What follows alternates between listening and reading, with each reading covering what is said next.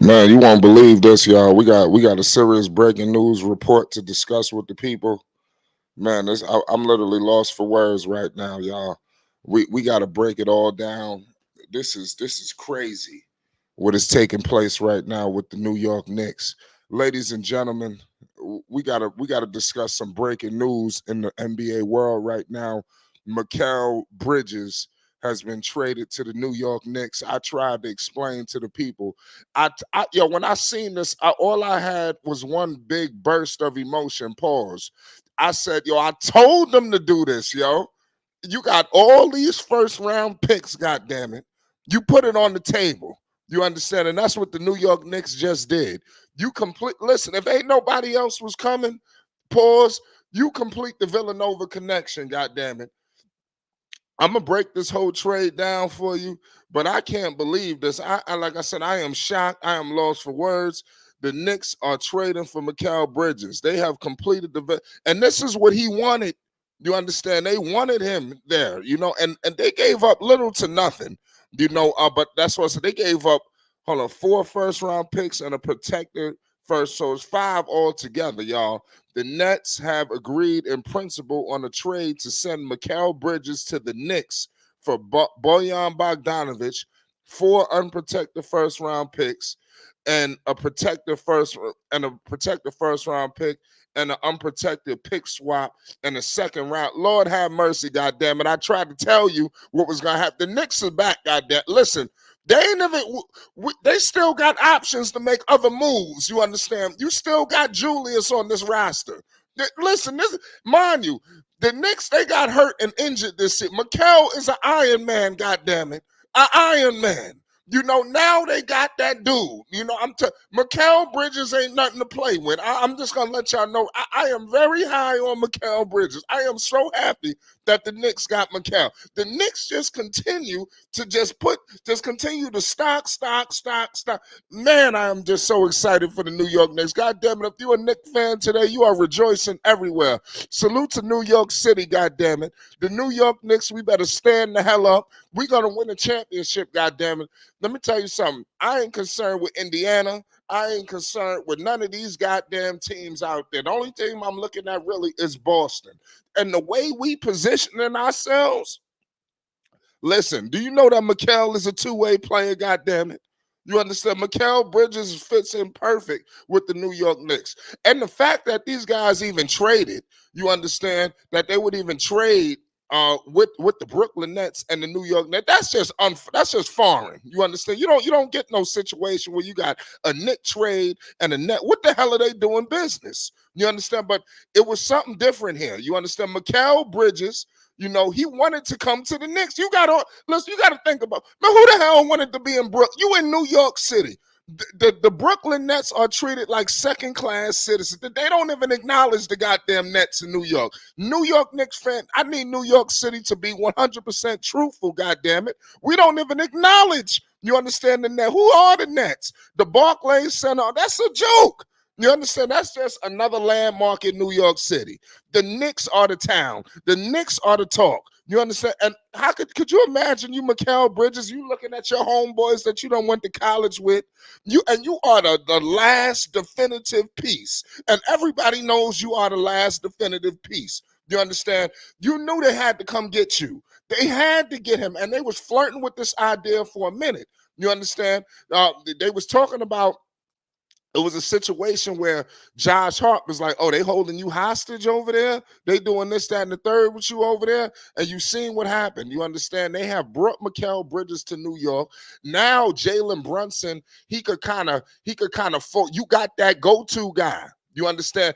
Let me tell you, Phoenix wanted to keep Mikal. It was impossible, but they wanted to keep Mikal Bridges when they made that trade for Kevin Durant. They thought they was going to be able to pair everybody, you understand, with Mikal, but it didn't work out like that. If the Phoenix was able to keep Mikal Bridges, they would have probably made it to their ultimate goal, but I cannot believe Mikal Bridges. That's why I said the Villanova connection, there is nothing else to do. Now this is the true official Villanova connect. New York City, stand the hell up, goddammit. Let me tell you something right now. If you want more New York Knicks content, goddammit, hit the subscribe button because the Knicks are back. They never went nowhere, but they are finally putting the chip. Now, you've been stockpiling these first round picks forever. You understand? Forever. No, I did not watch, man. I didn't watch it yet. You know, but this thing right here just completely threw my ass by surprise. You understand? I cannot believe that Mikal Bridges is a member of the New York Knicks. You understand? You got the East has been wrecked.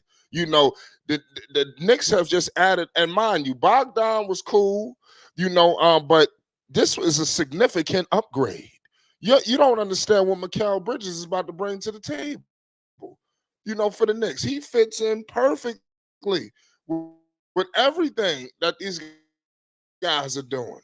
You know, and I told the people if the Knicks wasn't gonna do nothing else, in the office with the Nets, they discussing locale. You understand? They discussing what's next for his career. You don't think that he said, listen, man, and I seen other names that was on the table. I think if I'm not mistaken, I seen Houston, I seen some other teams.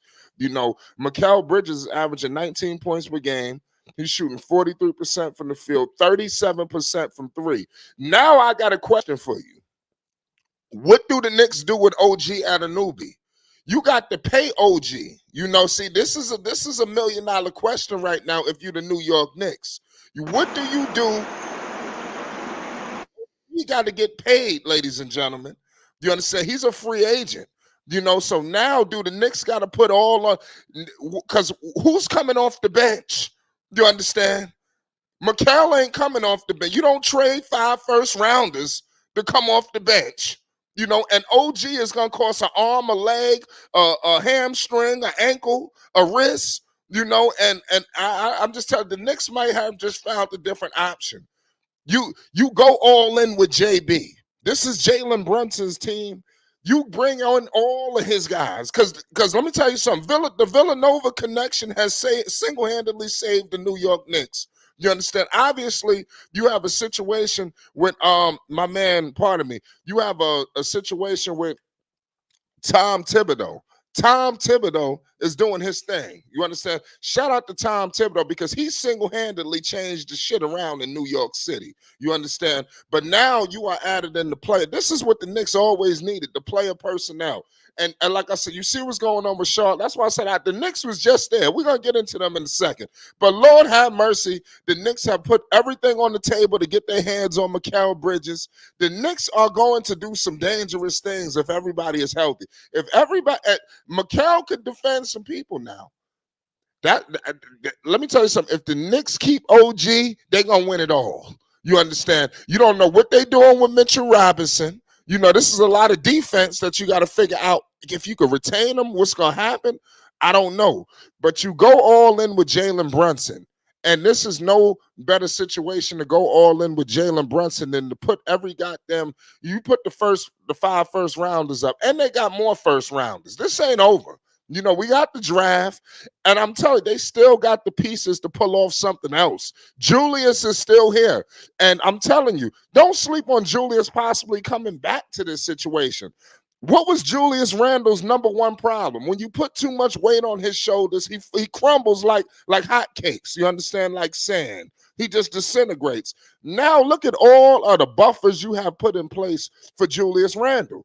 What is Julius, the 5th option? You understand? I mean, seriously. So you have to really consider possibly bringing back a Julius Randle, you know, and not going all in like, man, let's trade him. Let's trade him.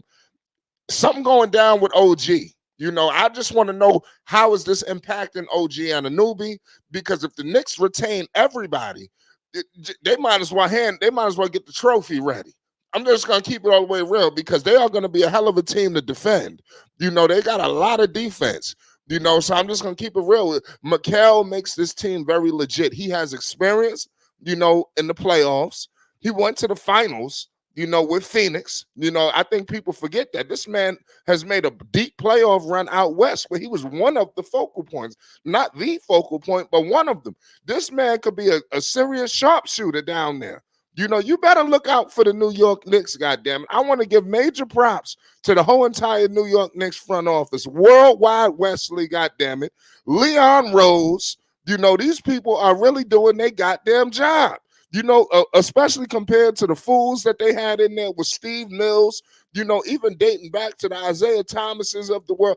The Knicks have finally figured this shit out, you know, and it took forever, but they got it all figured out. You know, the New York Knicks have Mikal Bridges in the fold. Is going, you're unstoppable, man. We got breaking news in the NBA, man. I'm sorry, man. I'm hyped. The Knicks, they got Mikal Bridges. Are you good, bro? You got every right to be hyped.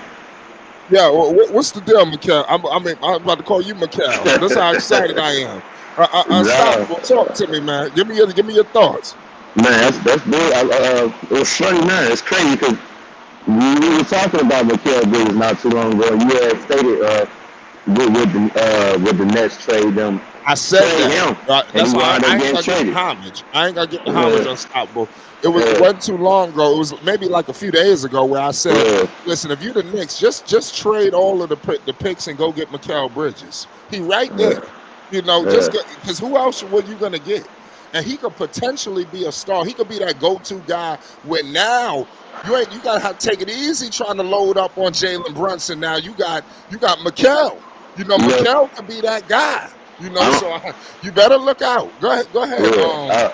Because Mikal to me is better than Josh Hart, DiVincenzo, and all of them. I just think he's more of that go-to guy.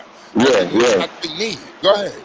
They can make their bench even stronger because I don't think they're done.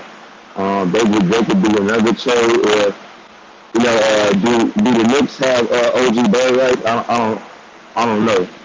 You said OG who?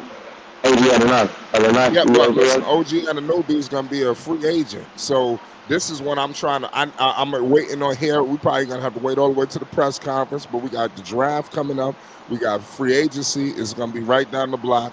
So to me personally, I think OG Anunoby is gone because you got to think about it, and it's tough. And that's what I'm saying. I don't know what they're gonna do because they got to keep him. That's what I asked if they had. I'm keeping OG because that's just a lot, and they figure the shit out from there.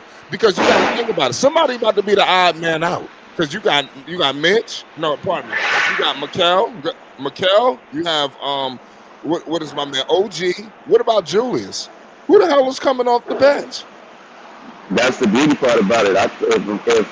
If they're not gonna make a trade, what I do is because you got their rights, I believe. I pay up and be like, yo, let's figure it out. Like, man, we got a deep starting five and that bench is nice. So you were right there. But you missed. Everybody they got that heard by that buzz. I tell you that Tom Thibodeau buzz. If you're in New York, you go to the great. Everybody need to bring Villanova jerseys. You know, because Villanova, we need to thank Villanova. We need to thank the whole situation over there because they are bringing that. Giving us the rub in New York City. You know, it was a nasty stench going around New York until they started to shake up the joint. You know, and that's what's happened with the New York Knicks. And as they continuing, they have more flexibility, y'all. I don't want y'all to think they just got capped out with this trade. They could make another blockbuster. You know, that's why I'm trying to. The Knicks are dangerous right now, man. You know, I'm telling you, they literally gave up just Bogdanovich, and they traded the 5 first round. And the picks, though. Yeah, you got the picks. Yeah, I mean, that's something because they finally unloaded some picks. There was opportunities where they didn't trade. You got to think about this too. They just traded 5 for Mikal. They sat up there and the Knicks ain't want to put up 3 for Donovan Mitchell. That held up the trade last year for Mitchell.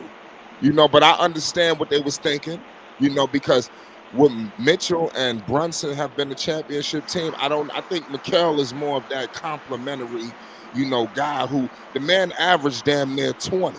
You know, he can shoot it. They're gonna be able to give him the ball. He's not gonna be one of the flunkies, is what I'm trying to say. He was the number 1 option for the Nets. Go ahead. 3 and D. No, they're saying 3 and D for your small forward. You know, so you can move OG. I'll move OG to that bench row.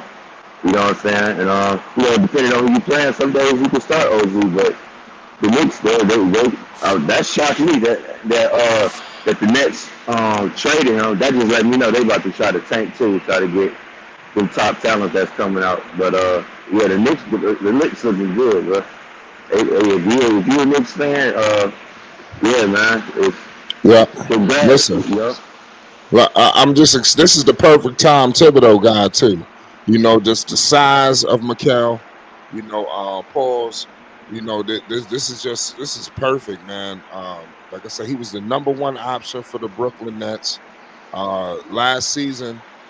Before a season ago, he just averaged 26 points. Last year, he averaged 26 points. He shot 47% from the field, 37. So his shooting is pretty identical. I like what I'm seeing from him from the 3-point range. I think that's going to be big time.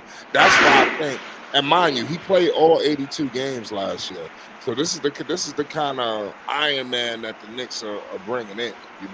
So that's why I think this is very important. It says Nets, Rockets trade and picks. So right now the Nets, to me personally, I think they are headed for basically a rebuild. To me the Nets, they've been BSing around for a second. They have a big problem.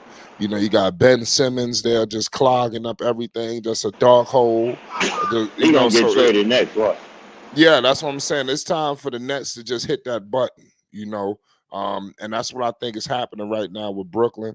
And I'm happy that the Knicks was able to capitalize because I think if it was any other situation, there's no way in God's green earth you'd make a trade with the Knicks, the Nets and the Knicks. I don't agree with that, but I love that we are the recipients of this, and they had to happen. It had to happen because I'm telling you, I can't wait till it comes out that this is the only place he wanted to be.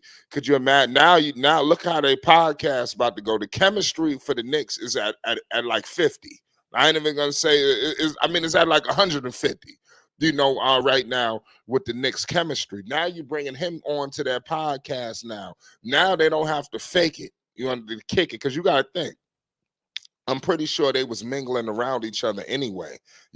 But one guy played for the Nets and everybody playing for the Knicks. So I'm pretty sure their relationship was kind of wild, like what the hell, like them, I need to be over here too, goddamn. We need to make this happen. This don't make sense. They in the same city, you playing for a franchise that he didn't want to be there, and other teams was interested in Mikal Bridges.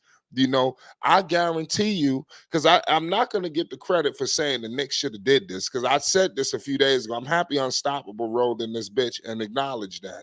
You understand? Because it's a big epidemic going on where flight sports is not getting the respect. I don't even, like I said, the proof is in the pudding. You understand? I called this shit. You understand? Now it done came to pass. But it's a serious situation on here where I'm not getting the respect, you understand, that I deserve. You understand? Point blank, period. I done brought a lot of shit to this game. You understand? So when I bring up these statements, I'm not just talking because I got lips, god damn it. You understand? The Knicks, they are a very, very dangerous basketball team right about now. You understand? They are a very, very dangerous basketball team with a lot of options, and that's very dangerous for the Knicks to have this dangerous of a team and to have all of these goddamn options. They could literally go a multitude of directions right now, and they didn't give up all the picks. But who else was you going to do this for? You had to get a guy of this size. You're already dealing with a situation where Brunson is undersized. You don't put it all on the table for possibly Donovan, even though I think you still put yourself in that situation. But you got to think about it like this: if you the Knicks, there's no way in hell you breaking up this Villanova connection. I'm pretty sure some of these trades involved a guy like a Josh Hart, a guy like a DiVincenzo. These guys made themselves hot commodities. So when they getting in the mix for these trades for these people, I'm pretty sure they want to lead with other guys, with these deals, but these names are coming up. You understand? They're not moving none of these Villanova guys. So I think it's just gonna be hard pressed for them to bring in one of these guys they thought. So I think the Knicks lucked up with just giving up Bogdan. I'm surprised they ain't asked for more. They was even able to hold on to McBride. If I'm the Nets, I got to take somebody that's young. Period. You got to give me McBride. Because I think he's a guy who shows some promise even in the playoffs. especially with the direction you see the Nets going. So I would have probably tried to get McBride in that deal, but they got 5 first-round picks for crying out loud. I hope Kenny Atkinson fails. We'll get into that as well because he screwed the Charlotte Hornets. So I hope he go up and smokes up there in I Cleveland. got a question for you. What's the question? You want Donovan Mitchell to come home, or you No, good no, now? hell no. Unless we could get him for the low, but it all depends on. Like I said, know he's gonna be a free agent, but I'm pretty sure if he was to move, they're gonna trade him, and they're gonna probably try to get a haul. The Knicks not. It depends on what they're trying to get. Can we get him for McBride and maybe a Mitchell Robinson and Julie? I don't. Like I said, at the end of the day, the Knicks got a lot of options. They Well, who still you got. willing to? My Go bad. ahead. Go ahead. No, I was gonna No. say, well, who you willing to say? All right, man, I ain't gonna miss. I ain't gonna miss this. These players if they trade for 'em. Listen, I think the next move got to be the championship equation. Hopefully you can open your door up for maybe, like I said, you got a sign and trade possibly. Obviously you don't go after Paul now, do you? You got Who, Paul Mikal. George? Yeah, I mean No, no, you don't. I don't think you need it. Paul George. I heard that. Um, if I'm the Knicks, possibly go big. At this point, I think you got to go out. You going in and out, like your mic messing up.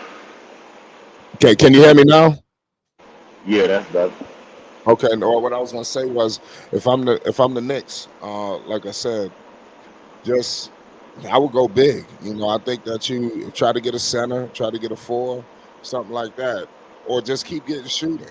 But you talking about one guy specifically? I don't know. Off the top of my head, I wish we can get Joel Embiid. If things don't work out, I'm Uh, monitoring that situation. Because Joel, he's thinking about they're gonna re-up the whole situation. They're gonna get this guy, they're gonna get that guy. That the Sixers always think like that, and they get absolutely nothing. Tobias got to get paid. I know he's gone.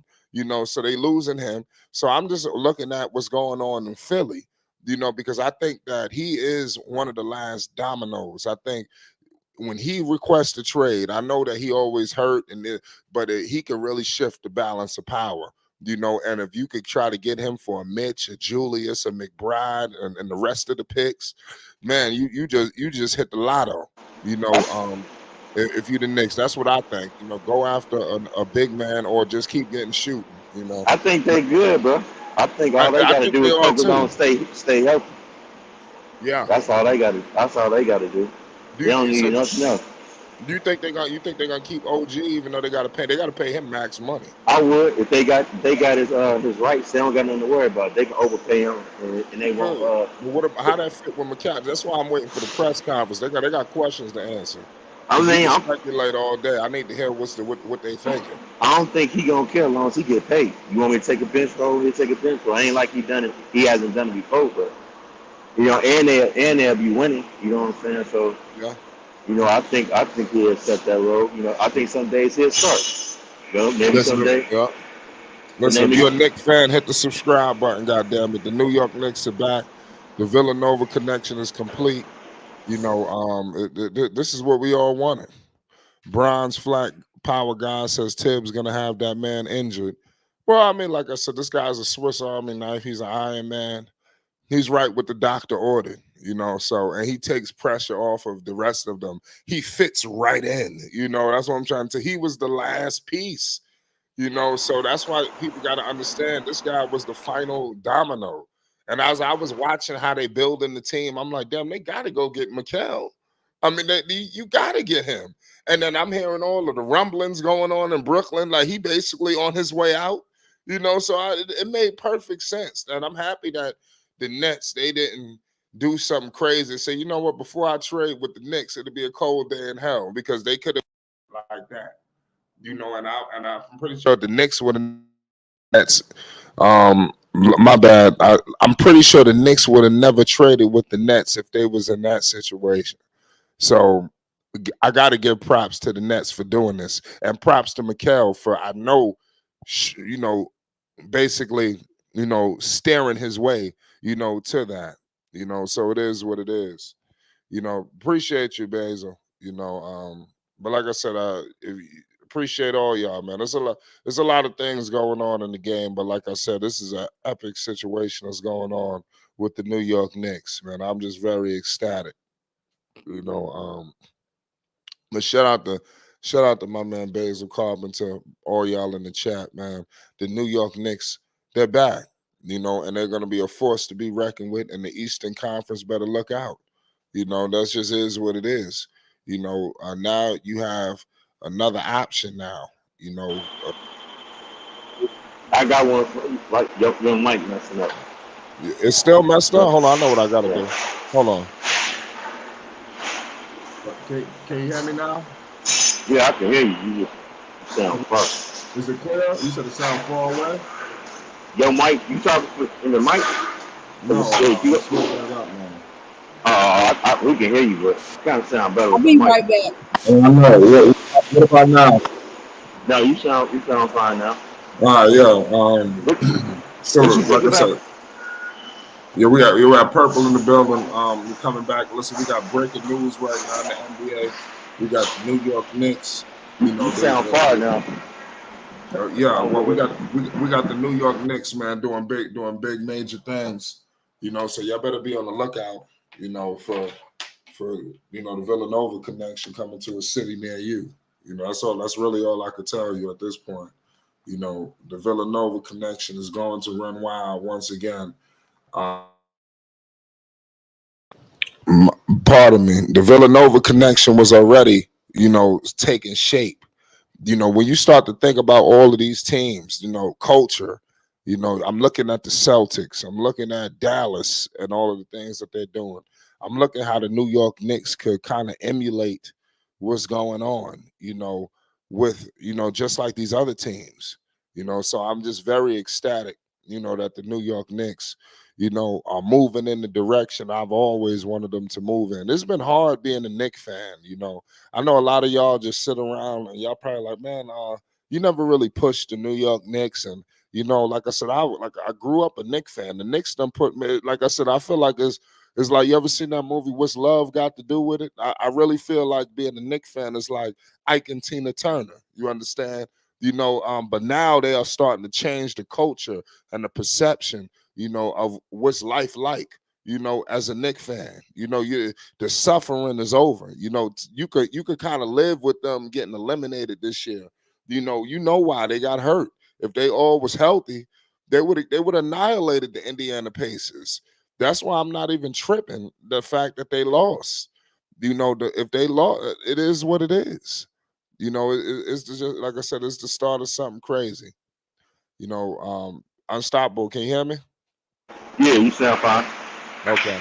So, like I said, where did the Knicks fit in now? Are they the number one seed in the East now after this? Where are they? Are they right by under Boston officially? You read my mind. That's what I was gonna ask. I think, I think they're behind Boston. I think they can beat 76 now. I think about it. Yeah, they behind Boston. What you say? Sleep on Philly, man. Say it again, I hear you. Joel Embiid was hurt. So KD, there's a lot going on. What the hell the Rockets want? Houston Iron The Rockets superstar trying on to major trade upgrade. they're trying to trade for Kevin Durant. Shit. Listen, I'm telling you, we're gonna be live tomorrow for the draft, so make sure y'all pull up. God damn it, you understand? We're going live. We're gonna be live a few minutes before the draft. We got big shit going on. The Charlotte Hornets is on the clock. God damn it, Charles Lee was introduced. I got a lot of news I got coming on that this week. Y'all better stay tuned. It's Flight Sports TV. You already know what it is. I was sitting there watching the press conference and all this news just popped. Listen, New York City just rolled in here. I got Long Island in here and Queens just rolled in this bitch. Quiz. Listen, you see what's going on in New York City, God damn it. You see what's going on in New York City. We got McCown. The Villanova connection is complete. Shout out to World Wide West, Leon Rose and company, God damn it. It's orange and blue skies, man. The Knicks, we on the board, man. It feels good, man. Pause. It feel good. Yeah, man. Like Tony. Yo, it's crazy to see the Knicks actually doing something like in the off season. Like, you know what I mean? Like, the first like one of the first major moves, you know what I mean, at that. So, you know what I mean, it's good to see. And I mean, come on, let's be real. They got rid of, I mean, Mikal, Bogdanovich, who we know, you know what I mean, like he has some offensive capabilities, but you know, the Knicks ain't really had no real need for him. I'm kind of surprised at from what I'm reading in the reports of the price they paid for Mikal Bridges. But I'm gonna be real with you, Mikal's gonna fit. You know what I mean? The Knicks got that next piece. I think we still have to see how everything else shakes out. But I like the team they have right now and their chances. We got to see what happens with my man OG. I'd like for them to keep Randall, despite a lot of other Knicks rumblings about him, because he's still one of the better power forwards in the entire East, if not the entire league. So you know, and he brings offense. Mikal brings defense. The Knicks got deeper. You know what I mean? And to be quite honest with you, I mean, the only issue they really had this season was the health. And now they've had a little bit more depth. I mean, this squad is a serious squad, Flight. I can't front. Like, I think the Knicks are as tough as anybody right now. I mean, you know, they just added a dude. Like, their defense is already top notch. Mikal Bridges just ups the ante, and the dude can score too. You know what I mean? It's over. I mean, with Listen, him, this is what I wanted. Josh Hart. Listen, we wasn't gonna get shit else. I mean, I know as Knicks fans, we sitting there, we want to wait on Paul George. We got to cut all that BS out. You know, that's old Knicks We stuff. ain't even need You no know? Paul George. Like I Yeah, said, we don't need no Paul George. We don't need the Clay. We gonna yeah. sit down and get in the Clay We sweepstakes. need That's how dogs, we used bro. to think. We need dogs, and McKellar's a dog. You follow what I'm Dog. saying? Like, he's a straight dog. Like, what do you want? What do you need? You know what I mean? Like, with the squad that they have, with the mindset that the Knicks have right now, I think he's perfect. And I think a lot of people, even Knicks fans, I think, are sleeping on Julius Randle, because he gets along well with Yes. these dudes. You know what I mean? And Julius Randle, Julius is the wild card. and you know, the thing I like about them keeping Julius around is because, really, to be honest with you, Julius is like really the best offensive player on the team, and we're having the team that they have like right now. They don't need him to do some of the things that I feel as though were his downfalls, like, you know what I mean, like control the ball all day long. They don't need him to dribble the ball up the court. You can go down and get into the post. I trust Julius. Julius Randle's killing Siakam. Trust me. You know what I mean? Like, he's an all-day bucket down in the post. You don't even need him to really play the perimeter. You know what I mean? So Julius, just get in and get in where you fit in. You guys have strong centers with Hartenstein and what's my other man's name? Mitchell Robinson. You know what I mean? You guys have a great team, man. Like, the Knicks are fire all across the board, so I like it. And there's nothing that they was going to get from any of them draft picks anyway that was going to be better than what they got. So if it costs a little bit, so be it. You know what I mean? The Knicks are going to be a formidable competitor against anybody out there right now. What did the Knicks do with OG? I'm hoping they keep OG. I mean, I know. I thought the only issue with OG was just re-signing with the money he wants, right? Yeah, that's one of the factors. I mean, now it just comes a matter of this budget. But think about it, like, you got dudes on the Knicks, like in this last playoff run. Remember that you guys still have you still got Alex Burks out there, who you know is a Swiss Army knife that's battle tested. You know what I mean? You could plug him in any situation. You have the dude I like is the young guard. What's his name?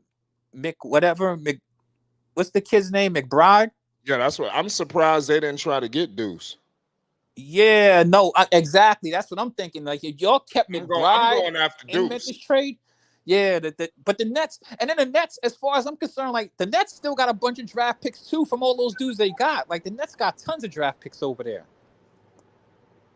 So Listen, now they got five. Now they got five coming from New York. I don't even know what year these picks are. That's what I'm saying. I don't hold know. on, Flight. I want you to remember though.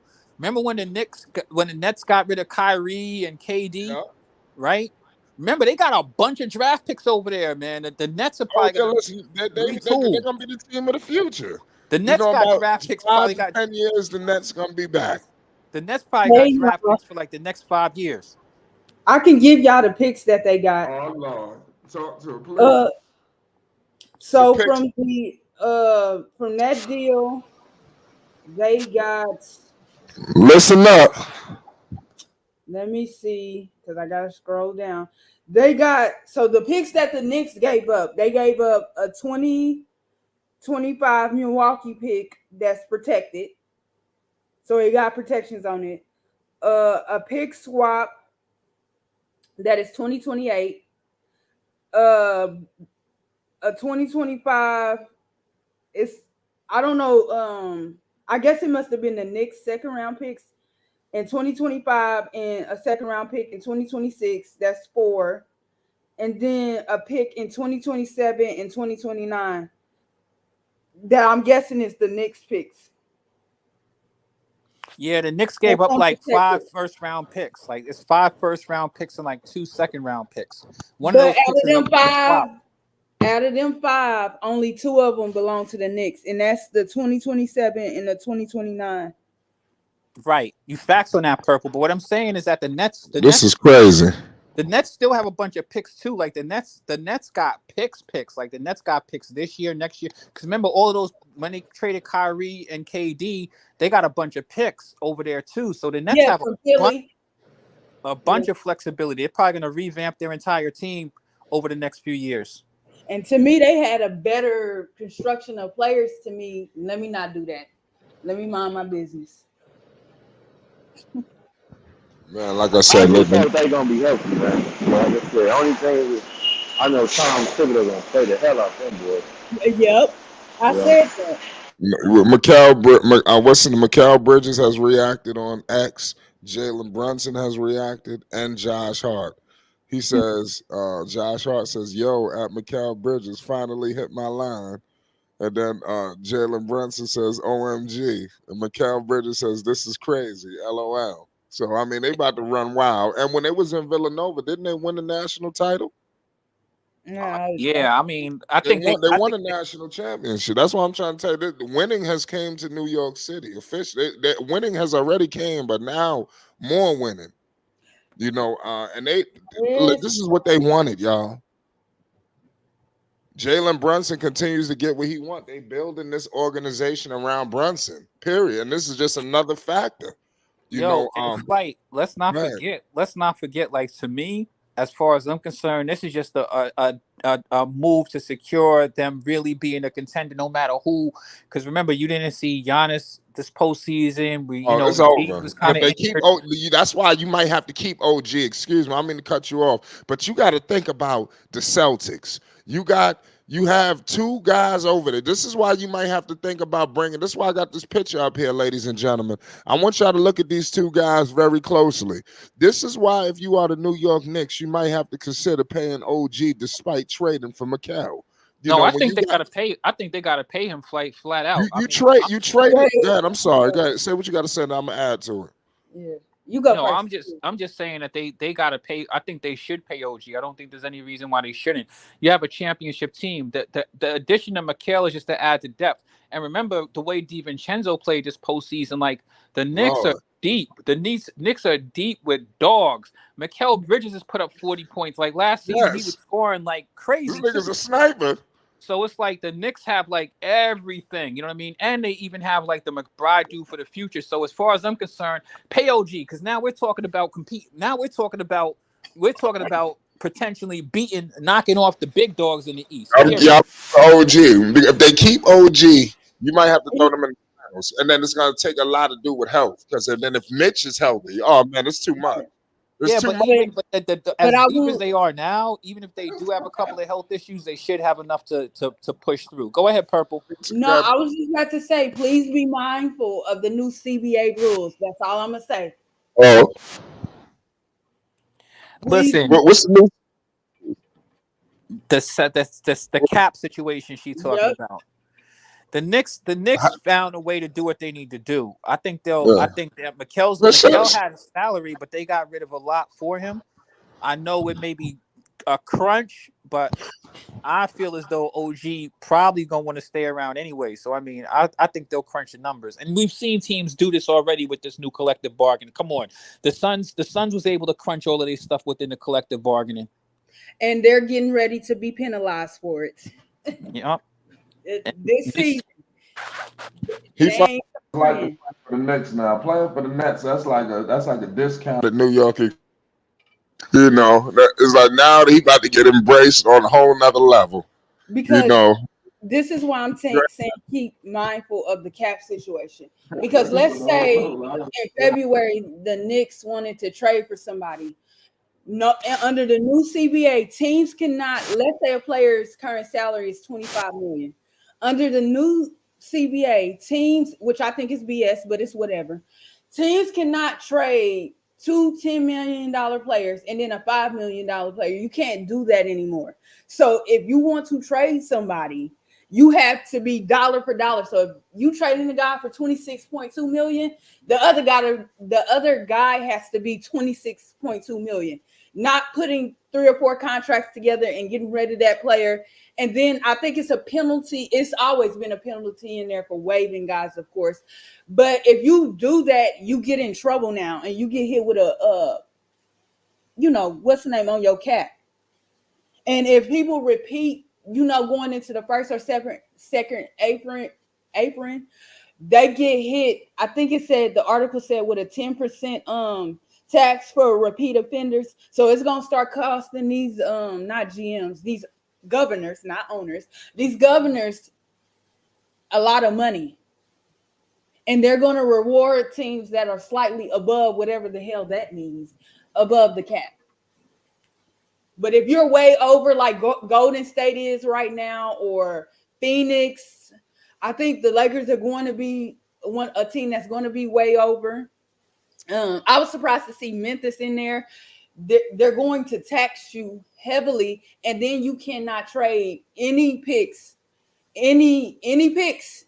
If you're in the first apron starting this offseason, of course, and or the second apron, you cannot trade picks. So the Knicks and the Nets must have been under the matter of fact, I don't think they was even over the cap now that I think about it. But if they do resign OG, I can imagine that that's going to take them to the first apron. So if they wanted to trade in February and they do that, they got to run with the team they got. good call, Purple. So the Nets, they clearly ready for a rebuild. Stevie Wonder could see that, right? Yeah. It's over. Ben Simmons, they need to get rid of his ass too. But that's wild, for Mikal, because they traded for he was involved in the KD trade. He was like the centerpiece in that. What do they got? Vinny Smith? No, I'm tweaking. Oh wow, like what? What else happened? Hold on. Let me verify this source. Oh Lord. With the Knicks in another deal? No. We got listen, man. I'm telling you right now, y'all better listen. There's gonna be a lot of flight bombs tomorrow because number one, I'm expecting massive trades tomorrow. Flight. I'm gonna Trades be all real with night you. long. I feel as though the Knicks, because OG does have the contract thing, they may or may not be able to keep him. But the Knicks are deep, to be honest with you. Mikal brings defense too. I think that they probably should keep I think they should probably try to find a way to keep OG, and they don't really need Siakam no more, if you ask me. He might need to take a little love. Not Siakam. What's the other dude that came Randall, from the you mean Raptors? Randall? No, Randall? not Randall. The other dude that they got from the Raptors. The power forward they got from them. Oh no, need Precious. They're gonna keep Precious. Yeah, Precious. Yeah. I don't think they need Precious. If they can keep OG, man, let Precious Precious go. coming off the bench, man. He ain't causing no problems. Yeah, but they're deeper now. I'm gonna be real with you. I feel as though they got a cluster F over there now. Precious is coming off the bench. Remember that you ain't had Julius Randle this year, so Julius is suspected to be healthy. He's really your starter. You know what I mean? You have two centers with Mitchell. You got Hartenstein. You know what I mean? You got OG, who's like a power forward too. He'll probably be coming off the bench with them when they start next year. You know what I mean? But if you're smart, so Quiz, you would trade Julius Randle, because remember I told you about that penalty. Mm-hmm. Dolan, and his infinite wisdom, a lot of owners ain't gonna want to do that. I'm gonna be real with you though, Purple. I'm not like I. A lot of people. Julius Randle is taking the Knicks deep on his own without a squad. Like, let's be serious. So it's not. And when you're talking about trading Julius Randle, right, and you're talking about matching dollar for dollar, so you're still. It's still not really going to change your financial situation if you trade him anyway. And it's just not a whole bunch of power forwards better than him. And to be honest with you, he is one of the people who I think could really help them get to the next level. So you're not going to find a better power forward than him. And you're still going to need a power forward. I mean, the Knicks is still going to really need a power forward. I feel as though Julius is a piece that they should try to keep unless they I can would bring keep him somebody too. better. Unless Listen, they can bring Julius to somebody me, better, man. but I don't see many people better than him. And all Me Julius neither. got to do is have a reduced role. And another part about that, Purple, that I'm going to share, because I don't want to take it over too much, but Flake, let me know if you agree with this. No, take it Julius over. has You good? His Knicks just made Julius a has trade. Julius has great chemistry and respect from all of those dudes on the squad. He's a dog like them. They respect Julius. Like Julius chemistry wise, as far as the way they speak and interact and the players get along with him, like Julius, you know what I mean? They're waiting to play with Julius. So I think that he's part of the solution. And I mean, with having Julius, this team is as good as any team in the East, as far as I'm concerned. Yes. No, I just think too, It's over. that you need spacing, and that's gonna be a big thing if they bring OG back. I You need some more spacing because if Well, you listen, this is my thing, Purple. Julius is I'm no disrespect to OG because I like what OG is a great defensive piece. Julius is far superior to him offensively, and like OG is on it may be on his way out. Like I don't think the Knicks have control over that, do they, Purple? No, they got control, but the thing is, man, I was gonna say something because they got to pay him big time money, so I think it makes him expendable. We gonna know more tomorrow when Stephen A. start running his mouth, because he got inside knowledge. So once you start hearing OG is expendable, then okay, they moving on from OG but here's the because they was thing gonna have with to pay him this like case. 200 million. Go ahead. I would say this really quickly. OG's don't have the same problem that Paul Pierce is having, that Brandon Ingram, I mean not Paul Pierce, Paul George, and Brandon Ingram is having. Teams, because of the new CBA rules, ain't trying to, like, if you get that money, it's 3 years, maybe 4 years. But with them guys, like, it's gonna be like a 3-year deal. So you better take, unfortunately, what they trying to give you. If I'm him, I'm doing that though. Like you're on a Right. championship squad right now. Yeah. Yeah, at I mean, this point, you I'm gotta take less. You're absolutely right, y'all. because you know what it is. He can make more money and go play for the Pistons. You know what I mean? Like, let's be serious. He doesn't want Yeah, to make because a backward move. they gonna be underneath the cap too, severely. OG has got to figure out what he wants. Like, if OG is smart right now, like, look, you showed your value here in New York. You know what I mean? And I'm not saying it may be smart for him to think about his money, but you also want to think about your longevity and your legacy. Like the Knicks, he has a place on his squad right now. If I'm OG, if I'm in his mindset, especially coming from Toronto, you know what I mean? Like, I probably want to hang around. Like, I'm probably not even going to be tripping about this money. 3 years, let me hang around here with these dudes because these dudes is going places. Like, seriously, the Knicks going to be together next year.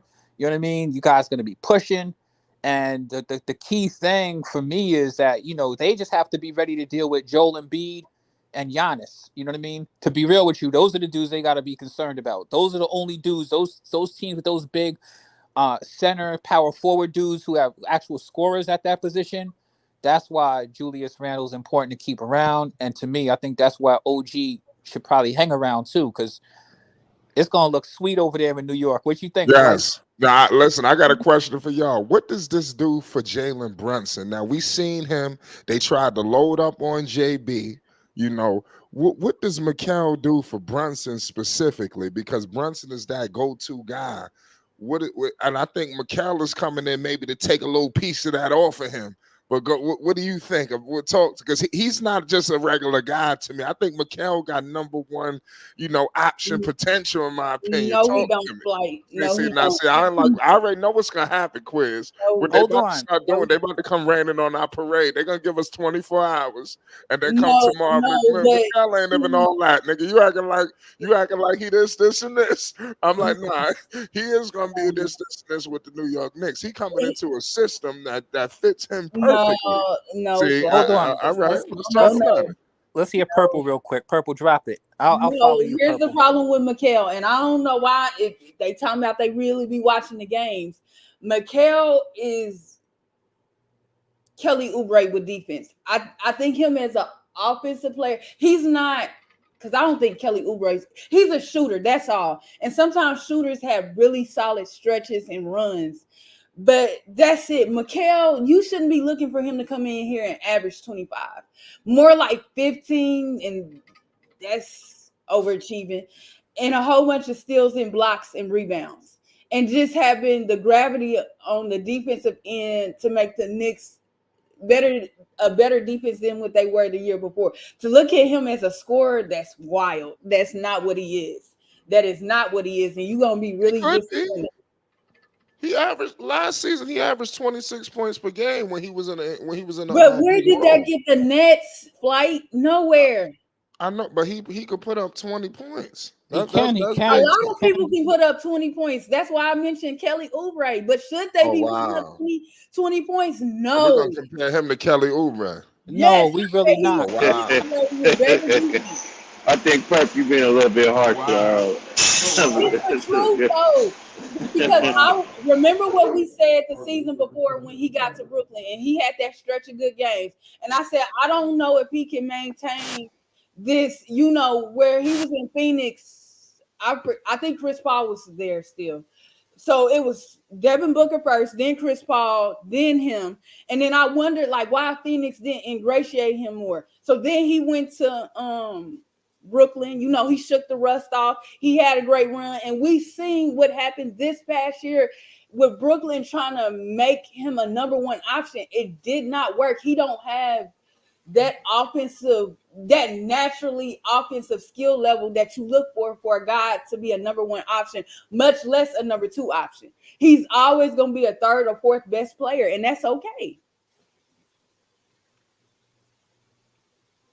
Man, the connection is complete. God damn it! That's all I can let you know. But Oh, what I I agree. do want to add something with my man OG.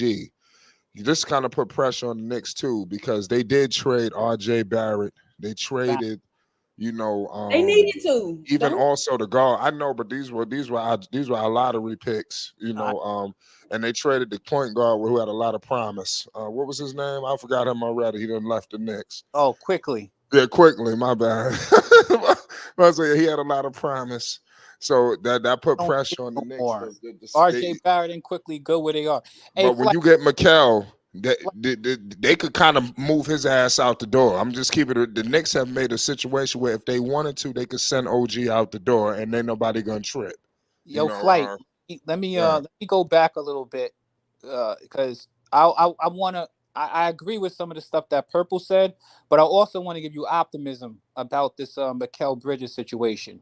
So, Flight, I want you to remember, there's only one basketball, right? That's right. On that Nets team over there, to me, it was a good move for the Nets anyway, because I'll be honest with you, my boy Cam, what's my man over there? Cam Thomas. Cam Thomas. Cam Thomas has been suppressed over there because really, to me, he is their offensive dude. And They're going young, and Bogdanovich gonna get bought out. Come on, he gonna end up with the Lakers or something. to be But honest right. with you, the Nets gonna You get rid can't of do that. the Nets are gonna Tribe Sports Media. Come on, you gotta come in here and pay homage to the New York Knicks. God damn it, Leon yeah, Rose, Worldwide Wesley. yes. Come on, Chi. Why So he's smiling ear to yeah, ear. but Flight, let me finish my little point real quick, right? So you don't really need Mikal Bridges. Look, you saw what DiVincenzo did this past postseason, right? DiVincenzo will score. We saw what Jalen Brunson would do. We saw them do this without even Julius Randle, right? We saw what my man Josh Hart was able to contribute also. What they mostly what Mikal Bridges is mostly going to bring them is a some really incredible defense stop ability, and he's going to get open shots. He doesn't really need to drop 26. They don't really need a whole bunch of scoring from Mikal. Mikal can score. Yo, what's going on? Shout out Hoop Jogging. I see Hoop Jogging, the legend in the building. I see Chief. I see, shout out all y'all that's in the chat. You know, the New York Knicks just made a trade. Mikal Bridges, the Villanova connection is complete. New York City is one step closer to that Larry O'Brien, and it's not a goddamn thing anybody gonna be able to do about it. Jalen Brunson got his boys intact. It's gonna be hell to pay in New York City. You better get with it or get lost. What's the deal, Quiz? Queen's in the building too, by the way. So I wanted to just address your thing. You was talking about how it's going to impact Brunson. I think that Brunson is fun. They don't need Brunson to drop 40 points either. They have a lot of good, solid scorers and excellent defenders on this team. You know what I mean? And their scoring is going to definitely go up when Julius is part of the team next year and they're healthy. So I just think that the Knicks are just a far deeper team overall and a far more dangerous team. Whether you have Brunson at the helm running that show or Julius as your you know what I mean, your go-to scorer, but all of these other dudes are going to get open shots. All these other dudes are going to create havoc defensively, and the Knicks are going to be definitely a tough team to get. They're going to be a tough team to out because in close games, they got nothing but dogs all up and down the roster, bro. Dogs who are battle tested and who get busy. You know what I mean, on both ends. So I just like what they're bringing to the table. I like all of the energy. So I don't expect for Mikal to be dropping 26 a night, just like I don't expect for DiVincenzo to be dropping 26 a night. But I think that they've got enough of everything. You know what I mean? Shout out to Chief. We just discussed this about OG, but for the people that's just joining in, we was just saying how I made the case that basically now you got Mikal. OG is a free agent. He's gonna require you some chicken. I think it's gonna be in the upwards of definitely a lot of money. And I think now it's like, do you really want to pay close to 200 mil or whatever the hell is gonna cost for him? Even though you got Mikal, I just think this gave the New York Knicks out. But if I'm the Knicks, I'm looking at the Celtics. They got all these wing players. You need defenders, and could you imagine Mikal and OG? Lord have mercy. You understand? So this is something the Knicks must have to think about, because you just have to think about this, man. And you got Tibbs there. That's defense on overload. And they should really consider bringing him back. Just pay the goddamn money. There's no price on the chip. James Dolan got the money, and that's another thing. He don't get enough credit either. Dolan is out the picture, So just give credit to the Knicks. They doing shit the right way, and organizations we got tomorrow's the draft. Every organization that's a lottery pick need to evaluate how the New York Knicks changed it around. A lot of these teams that's in the lottery, the Knicks was just here not too long ago. And look where they at today. So they are a serious contender. It ain't no pretender, ain't no, oh man, we just hyping them up. No, the Knicks are a contender in the NBA right now. And they got a lot of options, and they have more first round picks. They could be in the mix for the next big blockbuster. We just getting started, goddammit.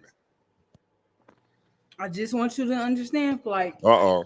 If they bring OG back, I'm telling you, that new CBA is not gonna be their friend. Because basically, if they wanted to get rid of whomever, like Randall, for instance, they're not gonna be able to move him unless dollar for dollar. I'm trying to tell you, and they can't move picks with him. They not. Why would they? They don't even need to move him. These dudes is looking at trying to get to a championship now. Yes. Purple, we aren't moving backwards. We only going forward. OG got to take less. They can't afford to bring back both OG and Hartenstein because Hartenstein could go.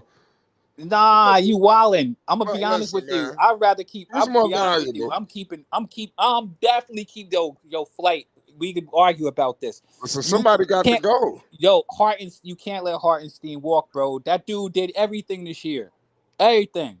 You saw how many steals, blocks, Like he don't even need to score a whole bunch of points, but that dude was invaluable. And you don't have, and the reality of things is that like you still actually need a center. Like right now, no cap. I said that, and No knock. Like you got to keep Hartenstein. Like I think Purple asked me what else would I do or whatever. I said I think one of y'all asked me. I said I think it was Unstoppable who asked. I said go for the big man now.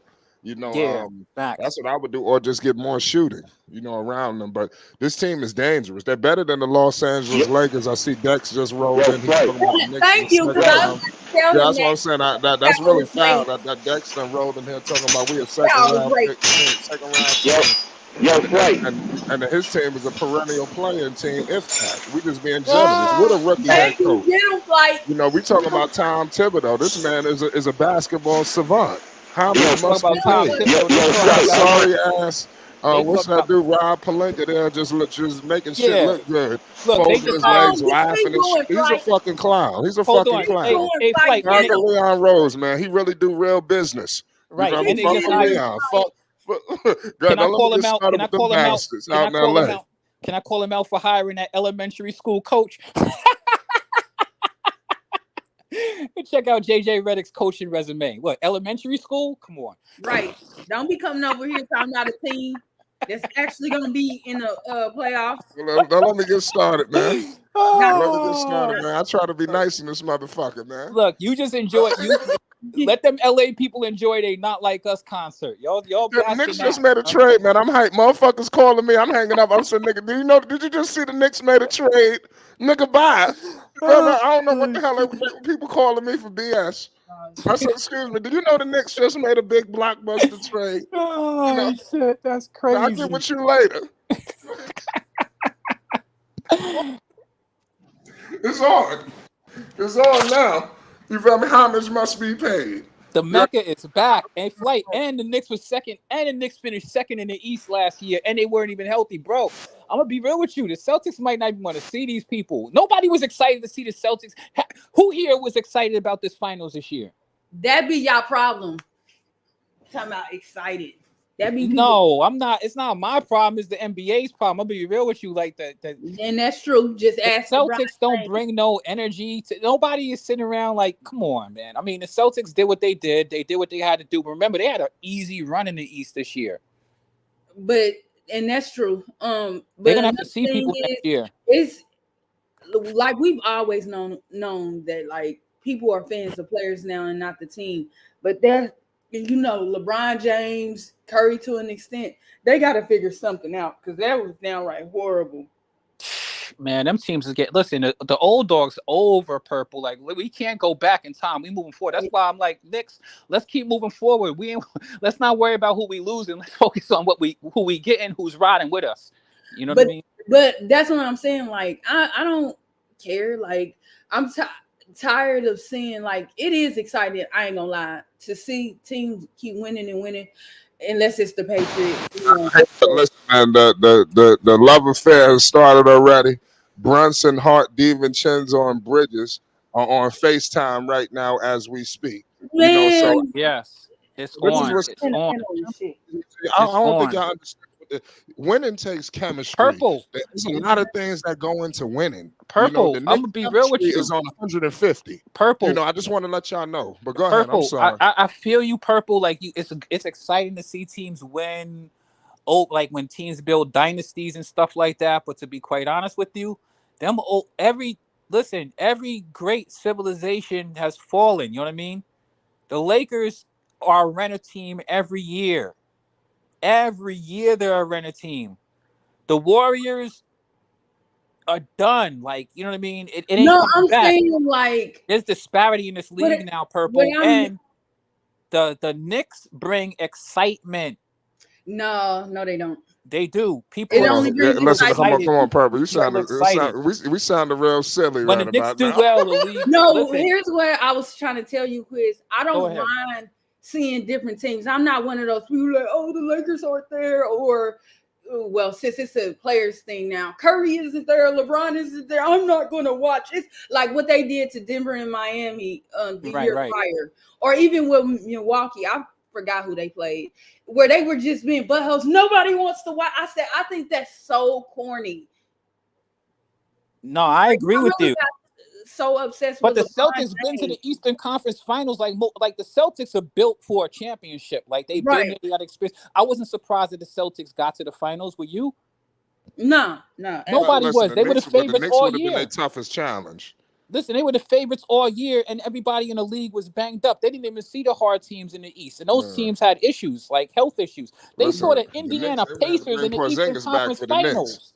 Come on, Porzingis would the have had to Pacers. come back a little early if they played the Knicks. I'm not knocking the Celtics or nothing, but there's levels to this. Like Luka and that team with Kyrie and them, they were not as good of an overall team as the Celtics, but that team hadn't been to the Western Conference Finals every year and been to the finals. Like Jason Tatum, and Jaylen Brown was championship or bust. And I thought the moves that the Celtics made to acquire Porzingis was a championship move. When they were able to acquire Drew Holiday and Porzingis, you already knew what it was. They were ready to they were ready to go against any other teams at full strength in the East, but they didn't see them.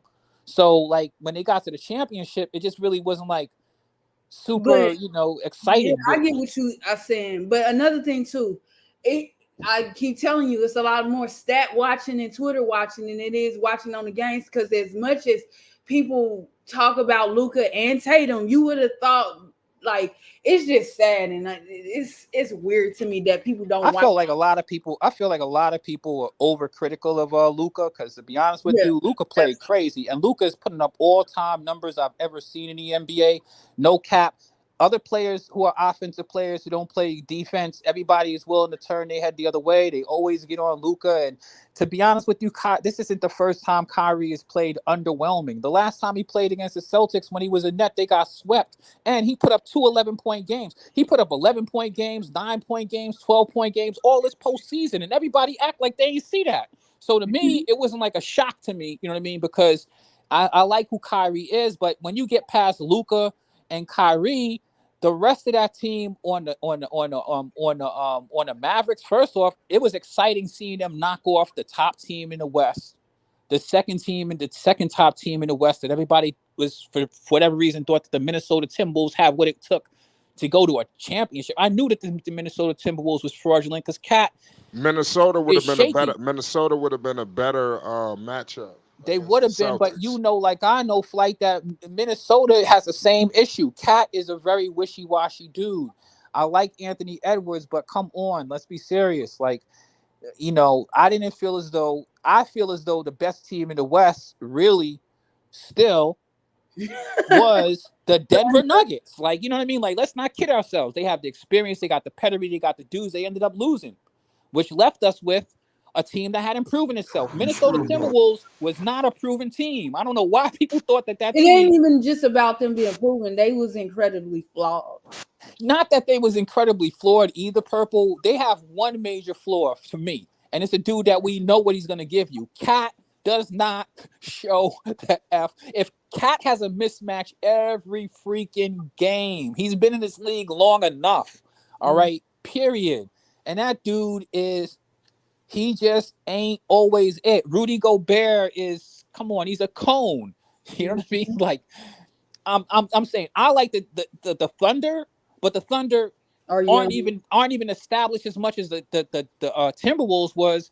And this was a learning experience for them. The Thunder are going to be a better team next year. You know what I mean? Like, the Thunder going to be a better team for the next couple of years because they got they got a better situation with the first round picks than the Knicks do. Right, like, but they in the mix. Go ahead. But there's like state, like, to me, all right. I always say this, like there's stages to building a championship team. Like the Celtics were at, like, this is their final form. You know what I mean? Like, they've been good.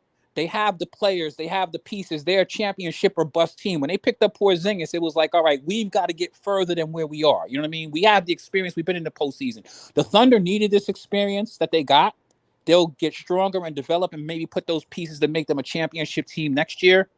The Timberwolves, to me, they still have the same issue going on because I don't know if Cat really got it. This will help him, but Cat been around. You know what I mean? So I don't know what they got to do. The Nuggets are going to come back. They're going to be around for a while. The Mavericks, this was a crucial step for their development also. Now they've made it to the finals. So now they're going to be looking to put together the final to get to their final form. And they have a few, like they got to figure out what they're going to do with what is my man Tim Hardaway Jr.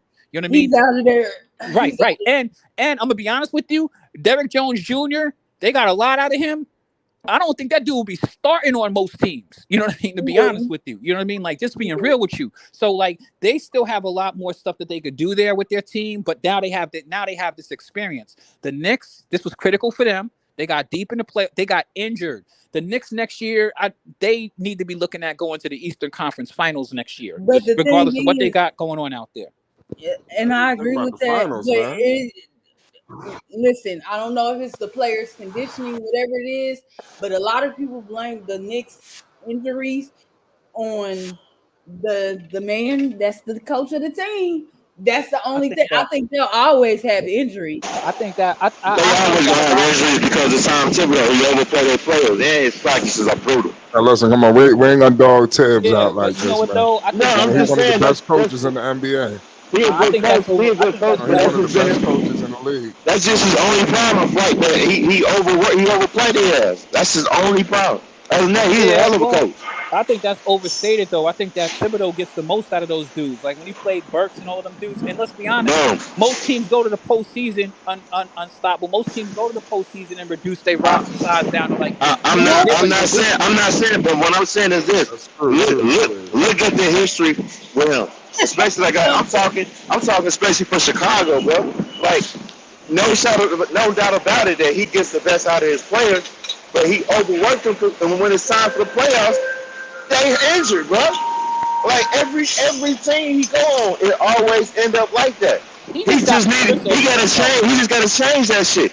That's all he gotta do. He gotta just let up a little bit so they can be healthy come playoff time, and then they'll be able to go far. But if he ain't gonna do that, they're gonna be hurt every time. Yeah, I mean, I'm gonna be honest with you. I think that's a little bit overrated because the bottom line is Julius Randle been hurt for a minute, and they've been playing despite him.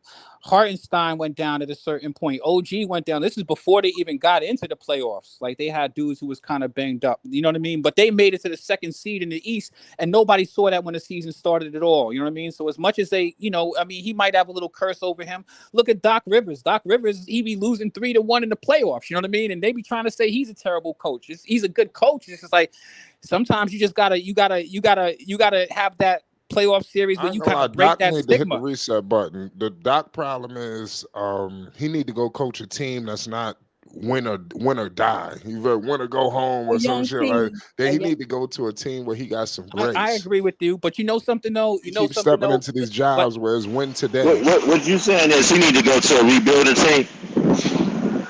Nah, he ain't gonna do that. But you know what I think is, the thing we have to also keep into consideration with Doc, because I hear like all of the stuff people say is right. You have all these narratives, right? But Doc came to that team in the middle of the season to coach them. He's gonna actually have a off season. And to be honest with you, I think that the Bucks made terrible decisions organizationally. You let go of your coach.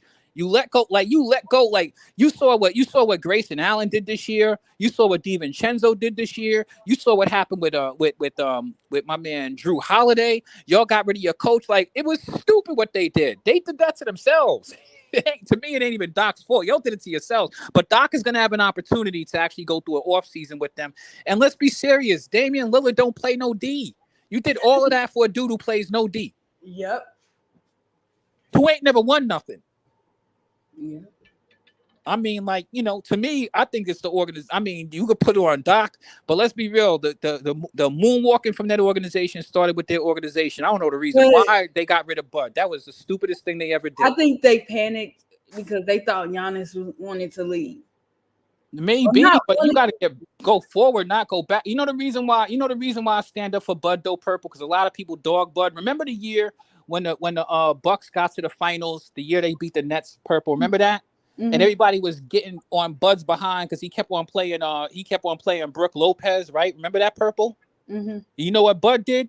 He didn't care about nothing that any of your mother effer said. He stuck with his gut. Like you have to believe in what you're doing. He stuck to his guns. He got to the finals. He won a championship doing that. Now, when they played the Heat last year, Jimmy Butler was on one. That was that team was like everybody was on fire on the Heat, and that was just an anomaly. You know what I mean? Like nobody was stopping Jimmy at that particular moment the way that the Heat were playing at that time. All of those dudes like Gabe Vincent, what is my man Cody Martin? I mean, those dudes was playing, having out of body experiences, and y'all decided to destroy everything you were doing over one series that y'all lost. Like you ain't get nobody who's gonna go further than what you already had. You have to dismantle your whole. Like to me, it was just stupid. You know what I mean? Take your losses, come back, and just do so. They shouldn't have just dismantled their whole organization. And if you even think about it, even if they got rid of the coach and they still had Drew Holiday, they still had DiVincenzo, and they still had Grayson Allen, they could have still won this year. Like it's crazy. Those guys are still good players. I don't know. Like you're probably right, Purple. But it was stupid. They moonwalk with their organization. That's the worst thing that you could do. When you've already got a coach who's proven to get to the finals, they just be firing coaches too quick these days, if you ask me. Dudes who've proven themselves. If you a flight, what more could you have on your resume than what Bud got? You know what I mean? Like you talking Budenholzer? Yeah, like what more could you have on your he took a team, right? They fired this dude. I'm with you there, man. I mean, what do you got to do as a coach? What do you got to do as a coach to keep a job if you did what Bud did? Let's just help make it make sense to me. Mm-hmm. I mean, now they changing the criteria. They firing coaches in the first year. So, and these people you gotta be those to spite their face. You gotta be friends like the owner, because Billy Donovan still got a job. You know, crazy, right? Good point. They will move these players, as I said a couple of streams ago, within the first 3 years before they remove that coach. They better to tell y'all something better than that's the stupid stuff. See, but that's I think it's needed because it happens in football. You could be sitting on your couch thinking you had a good year, and why they drafted, especially quarterbacks? Why they drafting another quarterback? It's time for you to go. See, the thing is, like, if you want to get to the next level, I feel you. But when you already been to a certain point, like, let's be serious. If you didn't have the Aduka scandal, he would still be the coach in Boston. Absolutely. Mm-hmm. Right? Now, Mazzulla was on his coaching staff, and to be honest with you, he impressed me because I didn't really think much of Mazzulla. But this postseason, I saw that he had the respect of the team. I saw how he ran a couple of practices. I liked him, and I like the Boston Celtics players. I like their players, but Charles, how much longer? How much more are you going to get out of? How much more are you going to get out of Al Horford? You know what I mean? Like, I'll be honest with you. I think the Celtics are still beatable. I don't think that's. I agree with you. Hey, look out for my man Charles, up there in Charlotte. He came off Missoula's staff, man. New head coach. I'm not looking out for him. But I will say this also, Purple. You know something? He had his press conference today. I love what I heard. I believe in these processes, and I'm gonna be honest with you. Like Jaylen Brown, now that he won a championship, I'm pretty certain, like the way his disposition is, he's gonna be a tougher player next year. Like I see him as being I question Jason Tatum's heart sometimes, but Jaylen Brown, I think that he's a responsive player. I think that dude right there is probably gonna take it. Like he might take it to the next level. To be honest with you. Mm-hmm. I like Jaylen Brown. I do, and now he's a champion now. Flight. You remember when you was in junior high school, right? And you was slap boxing with your friends. He might be in a grade younger than you. You know what I mean? And then you went to high school. You know what I mean? And you still got that friend in junior high school. You ain't never gonna let him beat you with slap boxing again. You're high school. He's junior high school. You know what I'm saying, Flight? I feel like that with Jaylen Brown. He's a champion now, so now he don't want to hear it. You know what I mean? He's gonna be out there trying to prove a point. Look at Dex. Talking about every team but that Lakers team. Talk about your team, Dex. Talk about your high school coach, elementary school coach. I'm sorry. This motherfucker go flame. Take a look at your. The motherfucker, it's crazy. They treat him like he know everything. JJ Redick. I think he cast no more. It was one big charade. The only reason why they got him because he's gonna be the only coach that play Bronny when they draft him. They not even gonna get him. Yeah. They is getting Bronny, bro. They getting Bronny. I If said they get earlier. him, that'll be collusion. Because I think that I somebody got bet, their eyes on him right now. bro. They getting him, bro. Trust me, man. That's LeBron pick. LeBron wanted him. He's the only coach that's gonna play Bronny, bro. Like, come on now. Unstoppable. I told these Unstoppable. fools, bro. Unstoppable. What you got in your background? I can't hear you clearly. Work. Oh, all right, all right. Yo, Unstoppable. Let me tell you my thing about Bronny, though. As much as they hype Bronny up, Bronny is 6'1". We just did the comp. The dude is 6'1". He hasn't, like, they're talking about he's not stopping no point guards in the NBA. I don't see him playing against nobody other than point guards. He's not stopping no point Listen, guards. let me tell you something, man. That's LeBron James' son. They're gonna take care of his son. So no Yeah, but matter he he ain't gonna got be this and good. that, Like, they're gonna like, call his name in the but he second ain't gonna be round. good. He ain't gonna be good. He's not, like, I'm just gonna keep it a bean. Like, he's not gonna be good. He's not gonna be good in the NBA. I mean, it don't make any sense for a team that's trying to go somewhere seriously to pick him first round. And Right. there's other teams out there who might actually pick him, to be honest with you, like some bad organizations. So they talking about Mikal Bridges being you need to call a league office. I think if the Lakers get Bronny, you probably gonna have to call a league office. And then the next question is, what are the Lakers doing? Is LeBron running the whole team over there? Because I'm gonna be real with you. You If know JJ Redick come in and they have a playing team again, if they have a playing team again with JJ Redick, and which they probably will be. All right, talk So to me. let me ask you, right? Yeah, How he much said he's gonna time do you use think it Anthony was Davis as a against hub. JJ? Go on, Unstoppable. What did you say?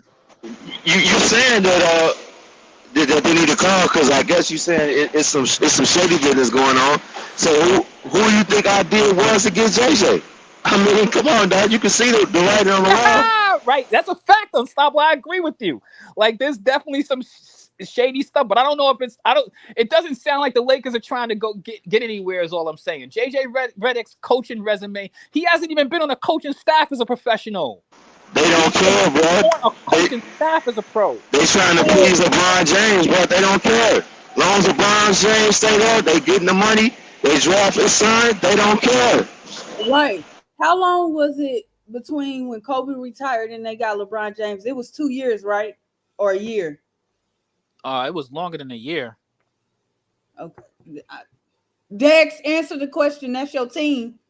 Dex is a Lakers fan, I know, but it was a few years because remember, Kobe had like the Achilles situation, and then the Lakers went and started getting assets because they had like Julius Randle. Julius played with Kobe. Yeah, though. I remember So the I team think it was showed like Brandon Ingram. it might have been like 3 years, but Dex would know better than me. It might have been about 3 years, but Dex would know better than me because they had some good players: Brandon Ingram, Zoe, Julius Randle. Remember they had D'Angelo Russell. D'Angelo Russell was over Jordan there. Clarkson, they had. Yeah, I Jordan remember Clarkson. Yeah, Jordan Zubac Clarkson. playing from that team. Right. What's it? The Zubac, right? Yeah. Come on, Dex. Answer the question, sir. I think that might have been about 3 years because those dudes was there with Kobe. Like the Jordan Clarkson, Julius But remember, Randle, I didn't. back. I think they were there with Kobe. Yeah, they was. But remember, when he wasn't playing. What? Because I thought Brandon Ingram was in a D'Angelo Russell. longer. Nick Young. Remember they had Nick Young too? Yeah, the snitch.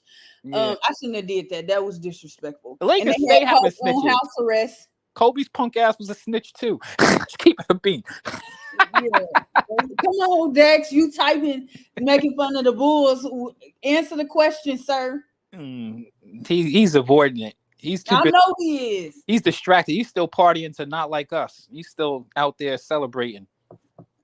He probably crip walking out there. I mean, I don't blame. I don't know why people mad. I wasn't mad about it. Let them be in their little world. They might be trying to recruit Russell Westbrook. They had him and DeMar Rosen. That might be collusion too. Oh, you know it is. Yeah. And remember, I do remember this. People hate the Lakers, like the GMs and stuff, and that they was winning. Mm-hmm. See, there he go. He don't want to answer the question. I know. Rap God. Do you know how long Kobe was retired before they got LeBron? Since Dex don't like to answer questions, he trying to be funny. It had to be like 3 years, like seriously. But you know what I was about to say was like how I remember it was that because I didn't know Brandon Ingram was a rookie. You know, when of course he's a rookie when he played with Kobe, but I thought Brandon Ingram had been in the league for 2 years. But I remember talking to somebody. It been a while about it, and then they was like, "No, Brandon Ingram got traded after his first year," and I was like, "No, he didn't. He was in the league for like 2 years at that point." And then they was like, "No, he got traded after his first year with the Lakers." Yeah, and the only reason why it's a little sketchy, Yep. Kobe Yep. had that Achilles injury, so he wasn't like even really playing. I remember they did his last game, but that was like, Yeah, I watched. I ain't gonna lie, I watched it. Rap God said it was 2 years. That's what I thought. Well, it sounds about right. But that year before that, remember he was injured, so he didn't even play like most of the year when they had all of the dudes snitching and all of the nonsense going on over there. But he did show up at the end. Yeah, that was crazy. And then they was on the telecast talking about, yeah, he got to go from the game back to his studio. I'm not gonna say apartment because I don't think they said apartment. They might have said either studio or house. I was like, really? Yeah. But they did get that last championship before he was able to get out of there. And I give a lot of credit to Phil Jackson, Paul Gasol, and Ron Artest because they won that one kind of despite Kobe. I don't want to be a hater or anything like that, but Phil Jackson had to bench that dude at the end of the game, and then he made the pass at the end, and Ron Artest hit the three in the corner and had his Hennessy and was just shocked that he got the ball. But I think that Phil Jackson got his point through to Kobe because that dude wasn't hitting the side of the barn. And he made the right play at the end, passing it to my man because he was about to shoot up another brick. Was trying to be the hero. My fault for the era guys. I meant to say D'Angelo Russell, not Nick. My fault. Yeah. I mean, all of them dudes was over there. That was funny. That was a hilarious team. I'm not gonna lie. And they ain't let it go since. They ain't let it go since. I was like, God damn. That team was hilarious. You could see Kobe was hella annoyed with them dudes too. He was like, got me on here with a bunch of kids. He knew it was over anyway. That's the reason why he's around that long. I wish LeBron would understand that it's over, but hell no.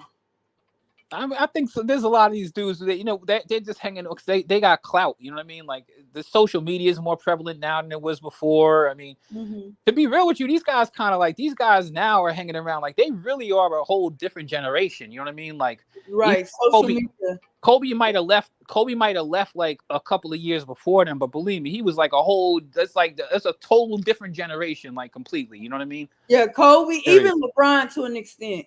They came from a generation of like it was the rise of the internet at the same time, but where you still had to get newspapers. Right. Because LeBron is like we got to keep it real, Purple. LeBron is still in this generation. Like he might be old, but he's really still in this generation. You know what I mean? Kobe wasn't in this generation. You know what I mean? He was something different. He was looking at them dudes like Nick Young and all of them dudes. These dudes are in LeBron's generation. You know what I mean? At least as far as I'm concerned, because he be doing the same stuff.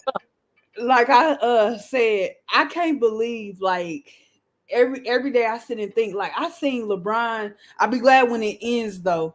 But LeBron, Carmelo Anthony, Kevin Durant. I don't like Russell Westbrook, but he like to see that they almost 40. Like the draft when they got to the I said that is crazy. I think the Knicks would have been. I think the Lakers would have been better off. I mean, if they would have even interviewed dudes like Sam Cassell or Rajon Rondo, like dudes who actually be on coaching staffs professionally. You know what I mean? Who really have coach pedigree. But here's my advice. Steve Nash and JJ Redick should have not done it. But to me, I'm not seasoned. I might not be afraid of my abilities to coach a team, but I wouldn't, especially with LeBron and Kevin Durant. Nah, somebody else can take them jobs, more seasoned coaches. I don't think as a new fresh face that you should always start out with a young team, do what you can do there. Like Chauncey Billups, he's in no man's land. A lot of people think he a bad coach. I want to see his roster get better to determine if he's bad or not. But I think Chauncey Billups was the only one that did the right thing, though. Like, go for a young team, make your mistakes, and then go from there. You see, Purple, I'm different. Like, we were talking about the finals and we need some entertainment. To Mhm. me, this is I'm getting my popcorn ready right now. It reminds me remember when the Nets got KD and they had, Yeah. they had Kyrie Irving and KD. And I remember I used to have all these debates with Dex. And I told him, and I hate to be the one to say I told you so, because I really don't like to play that game. Most of the times I'll leave it alone. But I knew them niggas wasn't gonna be shit. You know what I mean? And it's the same thing I feel about the Lakers. So I can't wait till JJ Redick gets in. I can't wait till they start the season not no better than they've been starting. You know what I mean? Like, I don't see him doing anything spectacular over there. The teams in the West is coming. Nobody's scared of the Lakers. The Lakers don't end games strongly anyway. You know what I mean? And LeBron coaching, as much as they like LeBron's basketball IQ, LeBron's old. He quits on plays sometimes, and they don't start the season strong. You know what I mean? They start the season strong enough to win an in-season tournament. You know what I mean? That's about it. Like, I told people. I can't wait till these lights are bright on JJ Redick and he has to explain Right, why they still suck. But for LeBron, I'm not trying to be an asshole, but for him to be so smart, what I can't fathom to understand is, and this speaks to a player's ability as they age in playing off the ball. Why won't you get your big, overweight, in shape self off the ball? Let somebody else handle. Why are you afraid You know to the let reason somebody get you in your spots? You know the reason why? Because LeBron ain't as bright as people we give him credit for. And maybe I'm the only person who got the courage to say that. Because you know the reason why? Because LeBron got too much freaking ego. You know what I mean? It's his ego. It's him grandstanding, you know what I mean? As long as he's the main cog, you know what I mean? And he's old enough, he's been around long enough to not be so immature in a certain way. Like, dude, he pouts at the end of ball games when they losing. Like, he been doing this. He got a track record. I don't need to pull it all up. People been watching long enough. People ignore what they don't want to see. I mean, LeBron was my favorite player coming in the league, and I've always liked LeBron. But I'm gonna be honest with you, like, I'm not delusional about even the players I like the most. Like, LeBron does things that I don't think are good for, you know what I mean? Like, I think that some of the reasons why the Lakers don't meet their potential, a lot of that has a lot to do with him, his particular leadership, because he has terrible body language at times. He hit 40,000 points, chilled, and you know what I mean, sat down, they lost the game. Like the Lakers, we'll see what JJ Redick, if LeBron is the identity and you only got JJ Redick there to feed into LeBron's ego and stuff like that, then it ain't gonna work. I'm gonna be honest with you. We just ain't gonna. Because that's what's crazy to me. Like, I'm like, his success with the Lakers, yeah, they got a ring, but he should have, like, he shouldn't feel like he needs to put 30 points up every time. Like, let Austin Rivers breathe. Let them other dudes breathe, bro. Like, and you don't even want to play defense at the end of basketball games. Who we kidding?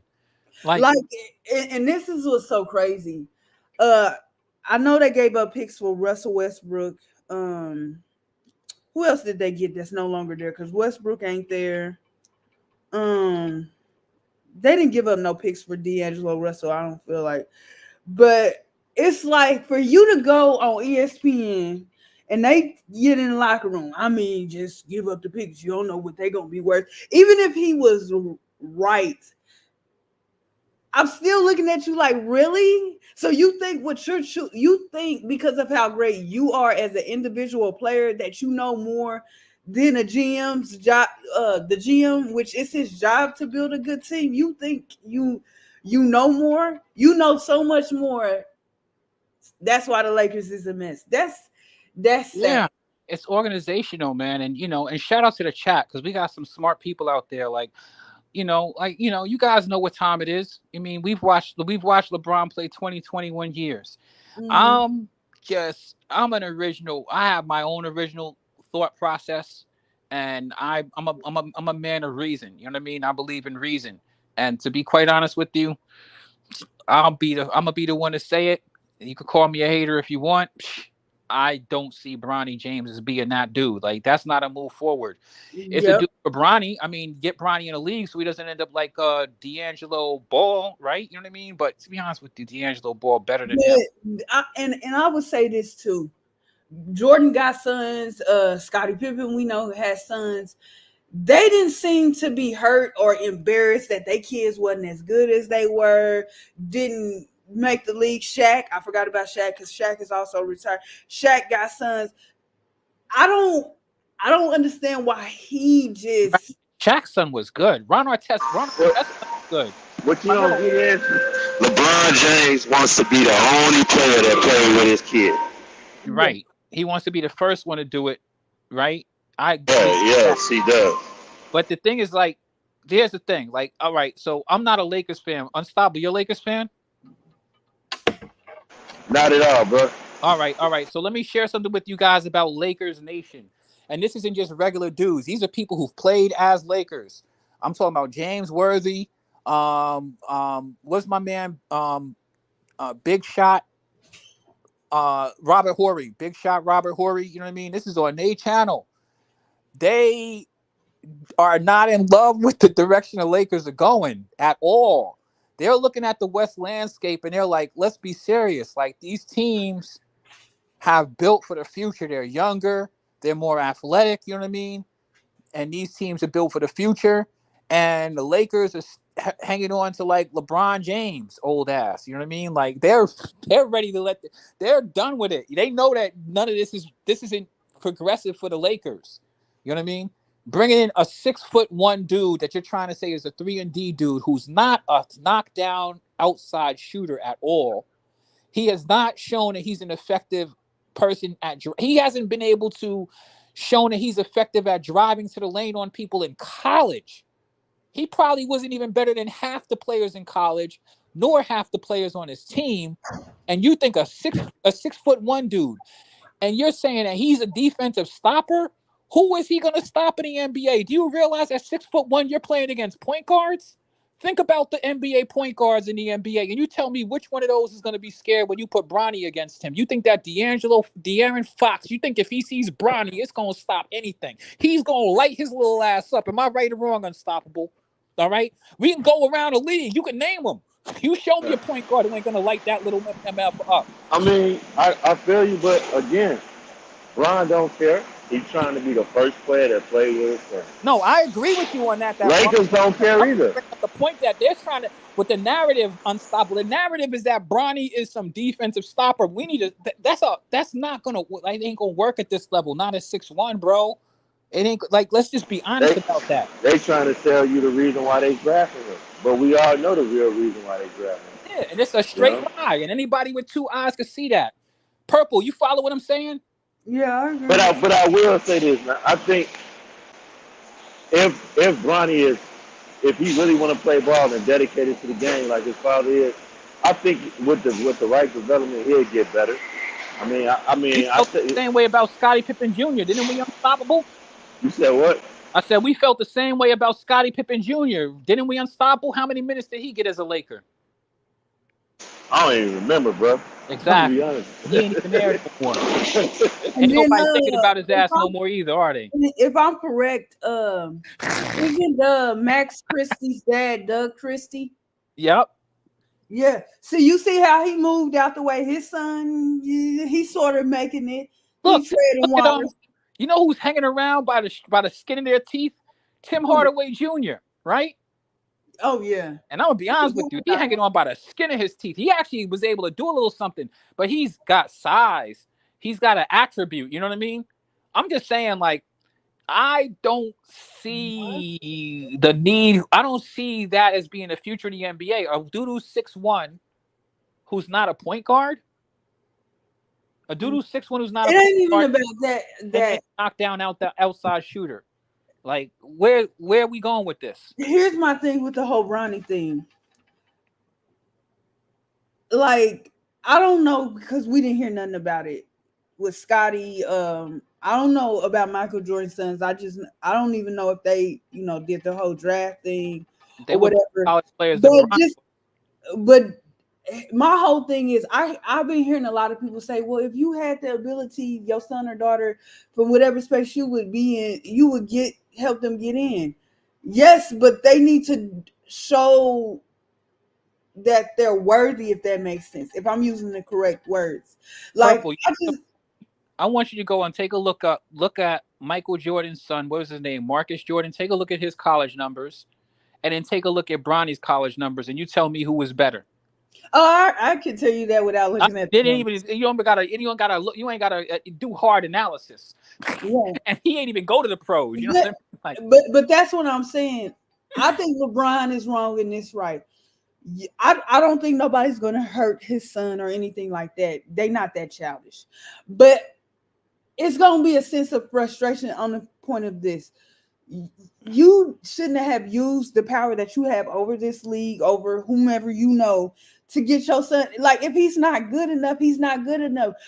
Jimmy Butler quite literally did JUCO. Somebody else did too. Who was it?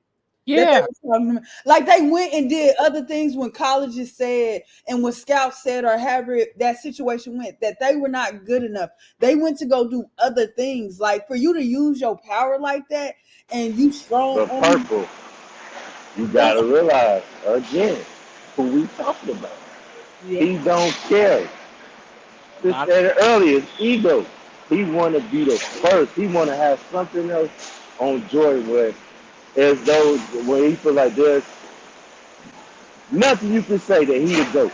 Jordan never hit over 40,000 points. Jordan never played with his son in the NBA. He don't care if his son gonna look bad or not. He will be the first to do that. And that's what I think he's looking at. He's doing any and everything in his power and to make sure he's on the same team. Yeah, and his son is already getting paid astronomical money, and it's all based off of LeBron's name because it's not based off his productivity in college. He's his whole NIL and all of the money he has is really based off of his right. cachet. You know what I mean? Which is means that it's like he's a privileged class.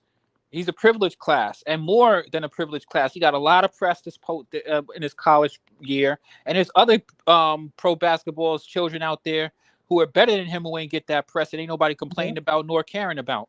So you know what I mean? It's just basically it's just kind of this elitism stuff, and I don't see who's an excitement to draft somebody who's a G leaguer. I mean, I Right. don't see him being much better than a dude that you're gonna send to the G. Because if you put him on a team and you say we're gonna start our team with him, we all know that it's not like LeBron already said that he's watching games and he's better than half the players in the league, and he's supposed to be like that's not based off of facts. That's based off of just that's his son. Hey, bro, the Lakers looking at this ticket sales, man. Yeah, but They looking at this ticket Lakers sales. also the fans also really do want to see the Lakers go somewhere. And I hate to say it, but Bron ain't gonna be around that long. So you're saying that you're telling me that you're doing this to AD? How much longer do you think AD got over there? Like the Lakers are gonna hit they're gonna hit when LeBron, I'm gonna be honest with you, the Lakers are going to crash badly.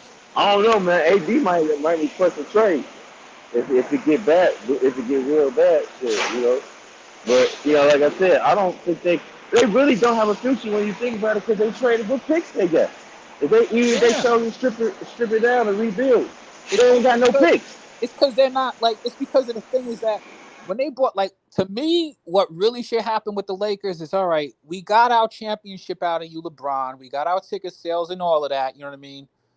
The West is better and Right. you guys are falling behind. There's a whole nuclear arms race in the West and y'all are way behind. Yeah. And so the thing is that the problem is that y'all keep on doubling down and burying your feet in a cement block to be stuck with LeBron when you should just let LeBron go. Let him do his retirement tour, go to Cleveland, and let the Cleveland Cavaliers bring Bronny over there.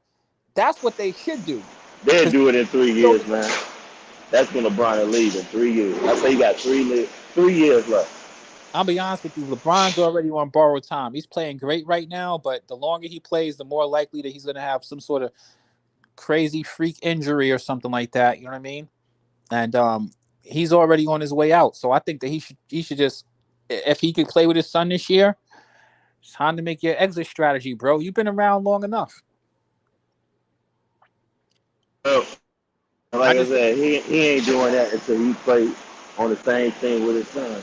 And it looking like it could happen with the Lakers. After we do that, I say maybe he'll retire, and then when Brunson come to the NBA, he's gonna come out of retire and play with Brunson. I respect him wanting to play with his son. Let me make this clear. Like I respect him wanting to play with his son. I don't even mind seeing him play with his son. But the issue I have is with you strong arming, with you hijacking and strong arming the organization and the league to force the league to, you know what I mean, to like Yeah. to go out of their way to do shit that's not even in their best interest.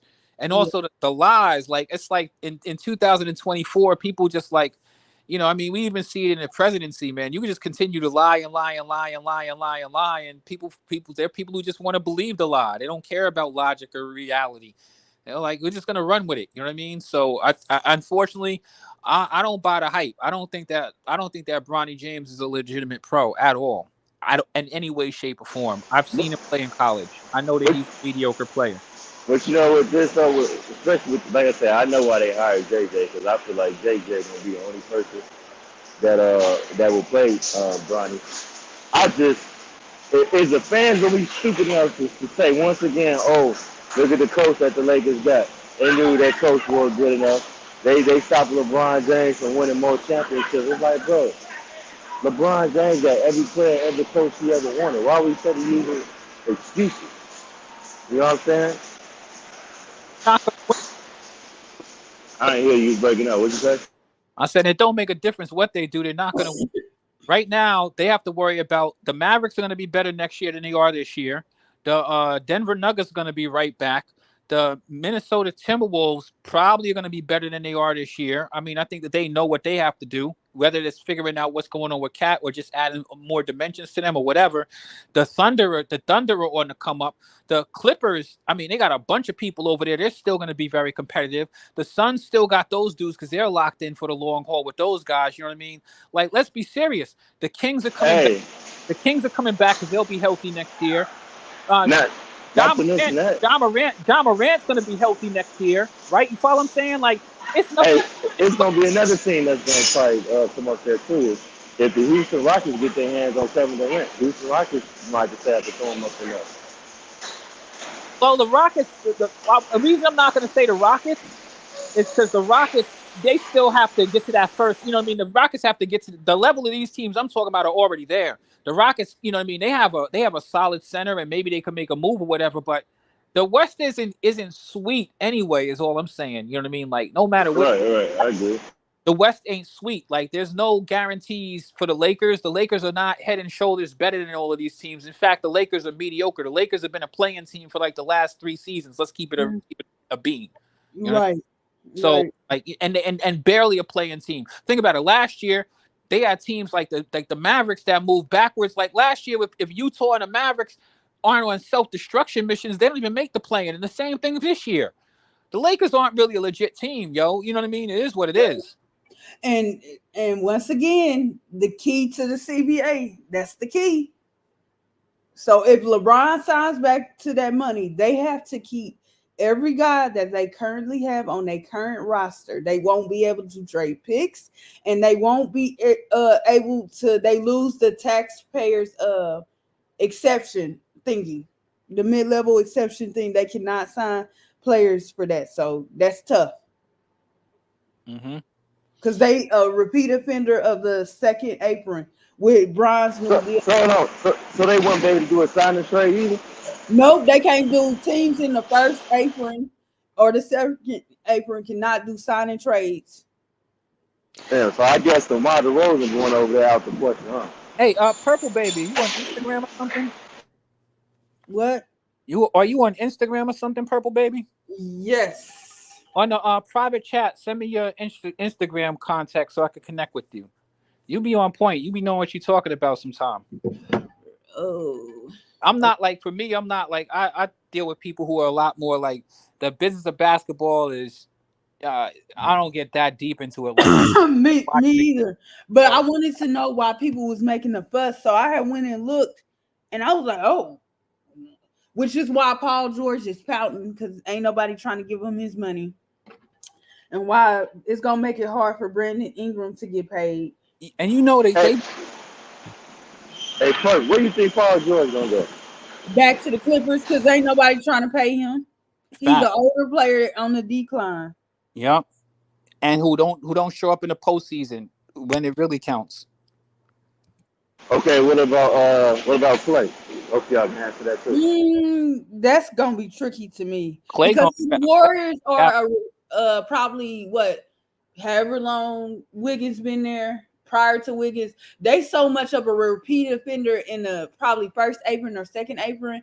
I don't know what they do there. I think that Clay has more intrinsic value than Paul George because Clay is really a glorified role player. I mean, he's a legit 3-and-D dude who's on a decline. Somebody out there has a team that is looking to put a shooter on it. You know what I mean? Like I think that Clay is he has equity on him, even if it's like a little bit higher price. I think that there's somebody out there willing to pay to bring Clay over there. See, it's tricky to me because Draymond, if I'm correct, got his deal last season at the beginning of last season, correct? Draymond. Yeah. My thing is, I was like, because I was on the like, no, wait to play Clay or play Clay. But my thing is, like, I don't know, like. I don't know. I think they need some youth out there in Golden State, but it's like I think Clay to me to some teams lost a lot of value because of his ability to defend, and then his shot is just not there. And I think he's looking for 70 million. I think, which to me ain't too bad. I'm gonna be honest. 70 million is not bad, but it's like if they feel like you can't be, which he can't be half of that because per his injuries, But I don't know. Clay's tricky.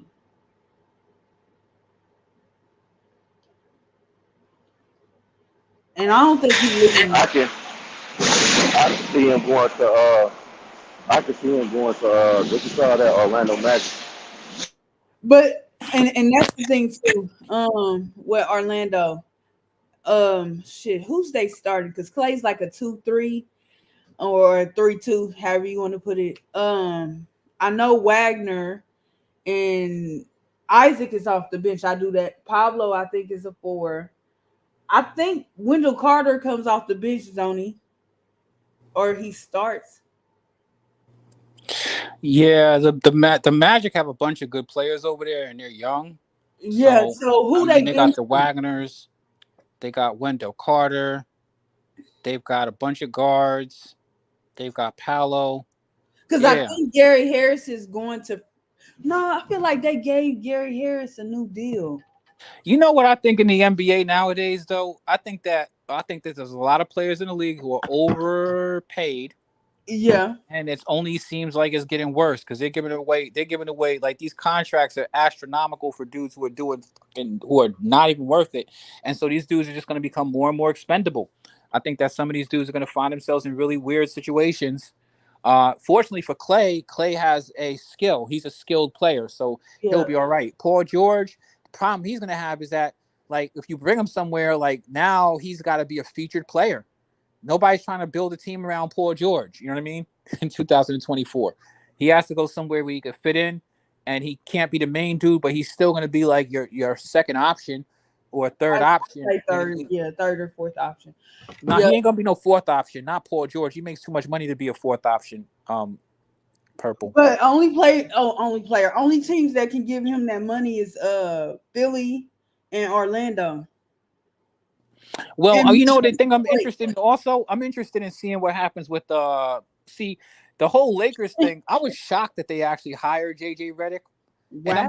I'm still a little bit surprised about the fiasco that they have going on over there because the Lakers are not serious at all.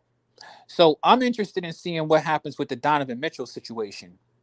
They said he going back because of the new because I was wondering why I kept seeing like a couple weeks before that they said he was going back, and then when people started putting the new CBA rules, I was like, oh, that's why, because they penalizing. I didn't realize, like, when I hear people talking about not the apron being hard capped, like it didn't, because I never heard the word apron like that before. So I didn't realize teams like Golden State was like, man, F the first apron and the second apron. We Right? gonna They were paying go penalties. They were paying penalties right. to put their championship And, team and together. I They didn't think care. that's why Mitchell was like, he looked at it, because when you look at it, when you really sit down and look at it, I'm not for sure about Miami's cap situation, but when you look at it, and they were talking about the Lakers, well, okay, now it's just Mitchell, LeBron, and AD. What else you gonna get? I thought it was smarter for him to just go ahead and stay with Cleveland, if that makes sense. It is, but you know the thing that I was surprised. All right, so understanding these agreements, you can always make the most money staying with the team that already has you, right? You can always make the most money with them. But the thing that I was interested in seeing with the Donovan Mitchell thing, and maybe I don't know if it's just because I'm a conspiracy theorist or whatever, or maybe I'm just like, it's just the Lakers are so weird to me. I get so tired of talking about them, but I could see the I could see the situation where the Lakers would say, "Hey, you know something?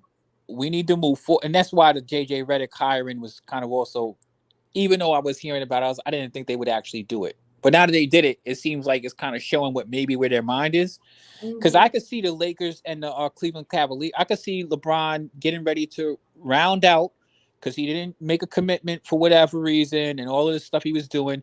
I could see a scenario where LeBron would go back to Cleveland, where he started, where he's going to retire with a statue and everything, and the not having LeBron, AD, and Donovan Mitchell all on the same team, but just swap out the Donovan Mitchell and LeBron thing, and then LeBron could go back to Cleveland and then convince them to get his son over there, and then you know what I mean. Really, I think that would be a lot of excitement for him to round out because I mean it's over. Like it's over. Like you're not.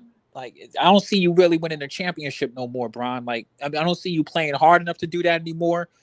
If you as a focal point, you really can't be serious about winning. The only team I could see that would care about letting you do whatever they did is maybe the Cavs because they already have a point guard over there. They have Darius Garland, right?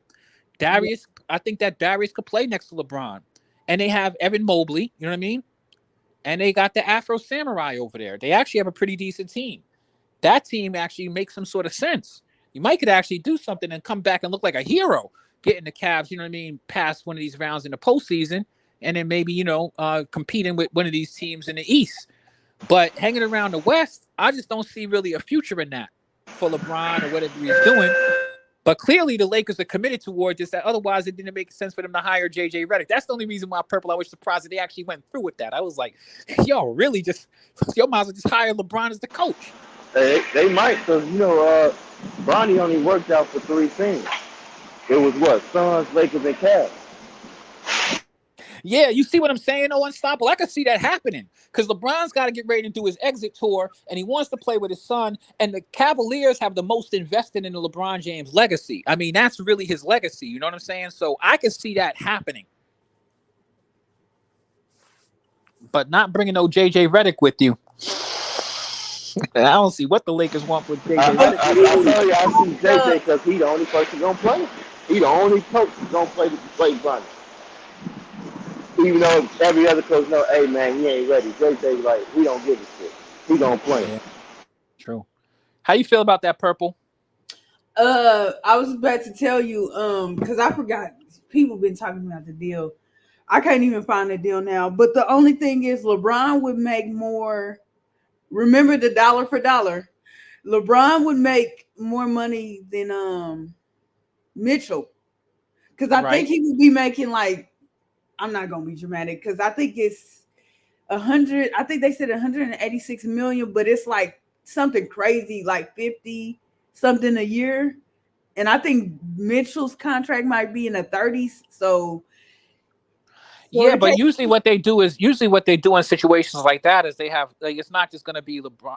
They're going to get rid of Mitchell. They'll throw something else in the deal or whatever. You know what I mean? And but get LeBron. They can't do that. They can't do that anymore, though. I don't see how they see. I don't know all of the details of all of this stuff because you say a player because there's a lot of players who don't have the same player for player value. They balance off the value by making by putting multiple pieces by putting together packages to make the money. You know what I mean? Yeah, and they can't use what's the thing when you buy out a player, but you trade the money. Oh my God, what is it called? Oh, because the Lakers used it. Oh my God, I can't think of what it's called, but you can't do that either. But yeah, see, that's why the Lakers is in this position. They put a whole bunch of smaller contracts together of 3 or 4 players, and then moved them to another team. I don't know why the governors, because they are not owners, and the players agree, because that's egregious to say, oh, LeBron for whatever he making. Like, I think it is. Let me be realistic. Maybe it's 40 million the first year, but whatever it is, I know it's a ridiculous amount in the throughout the whole contract, because it's gonna leave the Lakers without money. I'm like, how teams gonna make trades? Like, what you mean you can't put two smaller contracts together? That's weird to me. But whatever. There's got to be a way to do it. It doesn't make any sense because there's too many players who are not going to have the same value. But no, because you got to remember, most role players now are making like 25 million. Like, if they making 10 or 15, they might, some of them might be towards the end of their deal. So maybe that's why they saying like you can't do that no more. Nah, because look, there's still dudes in the NBA who aren't making 25 million who are decent players. There's a lot of dudes. Like remember when the Lakers got what was my man the dude who used to shoot the outside shot, light skinned dude. Kuzma? No, the dude who came over with Kawhi. Remember when Kawhi left? And he had his Danny Green. Danny Green. Yeah, Danny Green was making like, I think Danny Green was making like 12 million a year or something like that. You know what I mean? As a B&D dude. Yeah, that's not much, but they have dudes who are in that pay grade who are decent, championship kind of caliber players. Right. But Scotty Barnes, they just gave him like a $200 and something million contract in Toronto. Like it's crazy to me how some of these dudes get paid, and you know what I mean, like the justification for how this is happening. Remember, like they just got money to throw around nowadays, and then other dudes ain't getting paid that much. It's weird to me. Because if I'm correct, Dame and Towns, I feel like they almost got 50 million like on the last couple of years of their deal. You got to understand, with star players' salaries going up, with a star player, most star players at the time, Danny Green, for whoever got that deal, was probably making 25 million. So what star players used to make, role players are now going to make, if that makes sense. Mm-hmm. I mean, I don't think that's the case though. I mean, we're gonna see. It has to be, because you realize how much money each organization would save if they see. But listen, let me ask you a question. Let's take a look at. Let's go back to the Lakers, right? Mm-hmm. AD is on a max contract, right? Correct. All right. LeBron is like on a max contract, right? Correct. All right. So they have Hachimura, Austin Reeves. They have D'Angelo Russell playing for a pack of Franks, basically. Right? Yeah. Let's be honest. Those dudes, like Austin Reeves, they had to actually pay him some money. And he's still probably not making as much money as he deserves, right? You know what I mean? He's not. Yeah, no. So I mean, like you're saying, like I feel what you're saying, but I don't really see. I don't see them. What they should have been doing in the collective bargaining is, rather than setting it up where Luka's probably going to hit a $500 million contract eventually.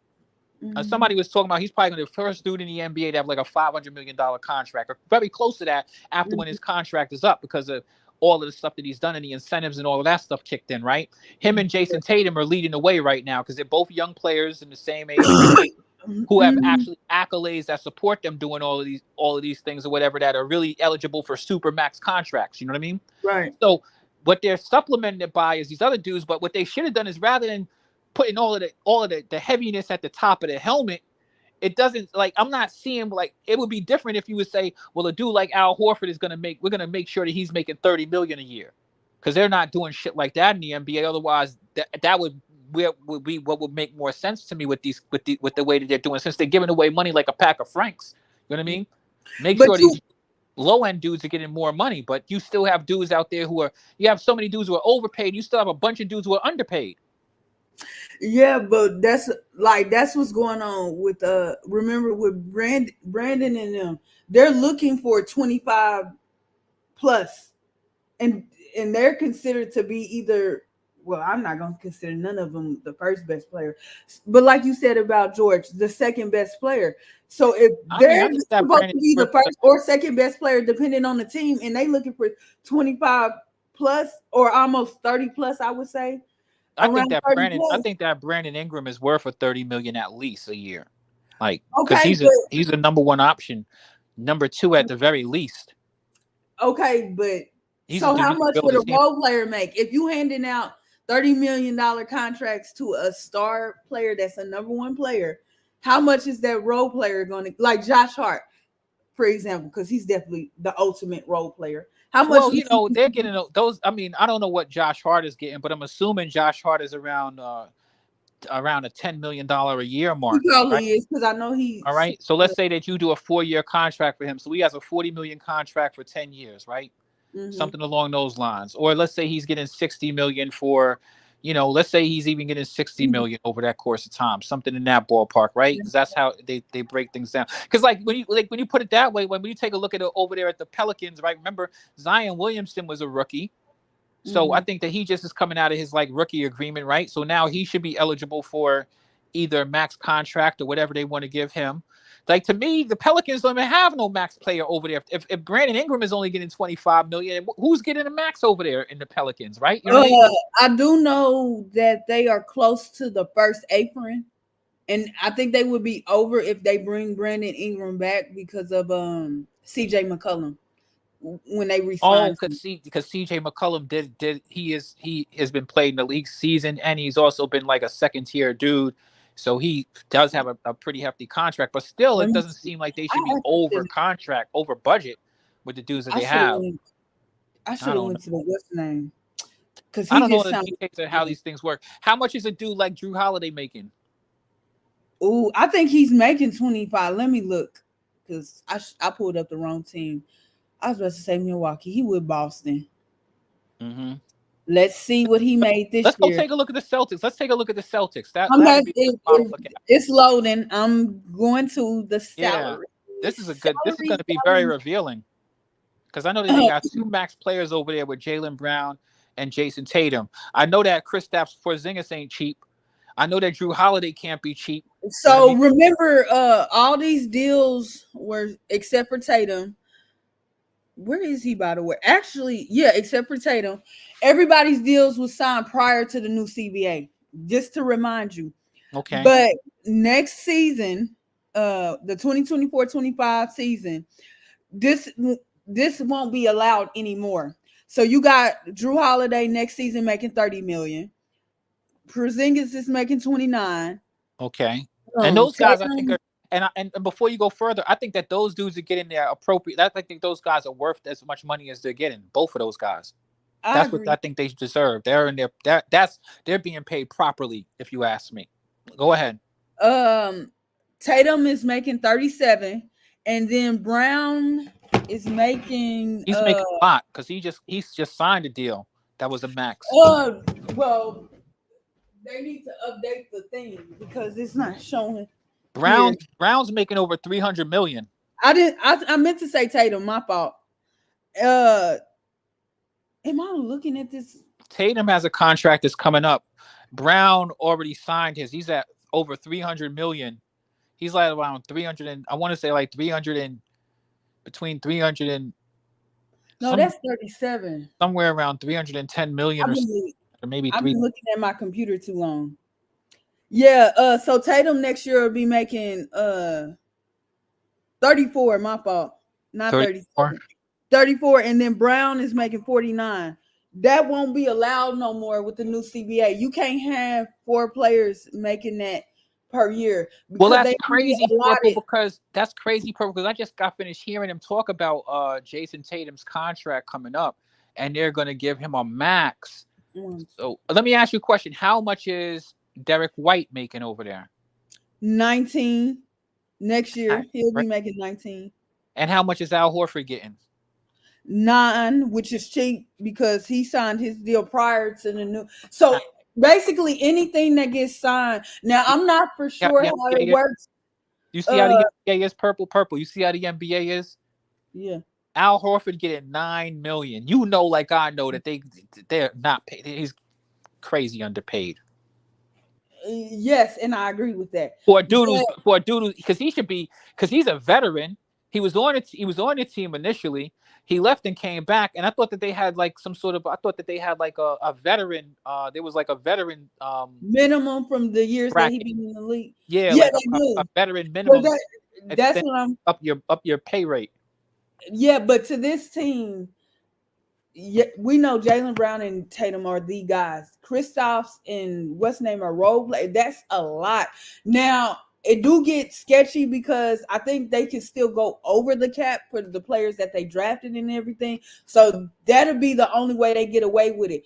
But the thing about the Celtics, which people don't see this team breaking apart, if they wanted to make a trade, just like with the Lakers, the Clippers, whoever else, I was about to say Washington. Lord Jesus, they shouldn't be nowhere near an apron with them players on that team. But for any Golden State, if they make trades, they have to make it dollar for dollar. They can't substitute Derek, Derek or Al Horford and add them together for what they're currently going to be making next year. If they were to trade them for whomever, like whoever you can think of, that's the issue.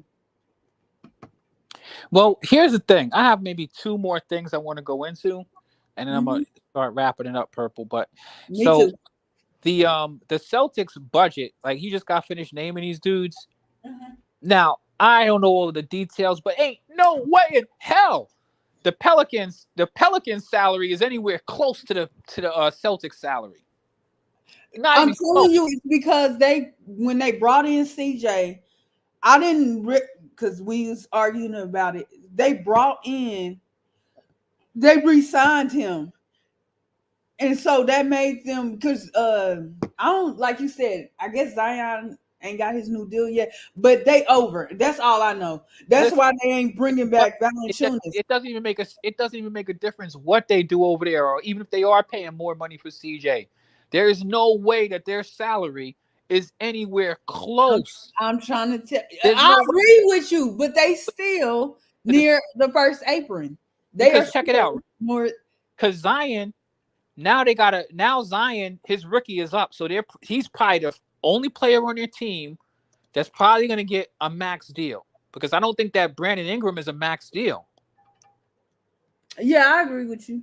They not paying even if you had those two getting a max contract, and then you had CJ McCollum somewhere around the $30 million a year, getting somewhere around where Drew Holiday and Porzingis is, you know what I mean? The rest of the salaries on the team can't match up to, like, you follow what I'm saying? Like, to me, the Celtics are still fleecing. Because I guarantee you that Zion Williamson isn't getting as much money as Jason Tatum nor Jaylen Brown. Even if he does, he won't. It won't be as much as those guys. But you understand that 25 adds up awfully. That's almost what, anywhere between 40 to 50 mil of your salary cap.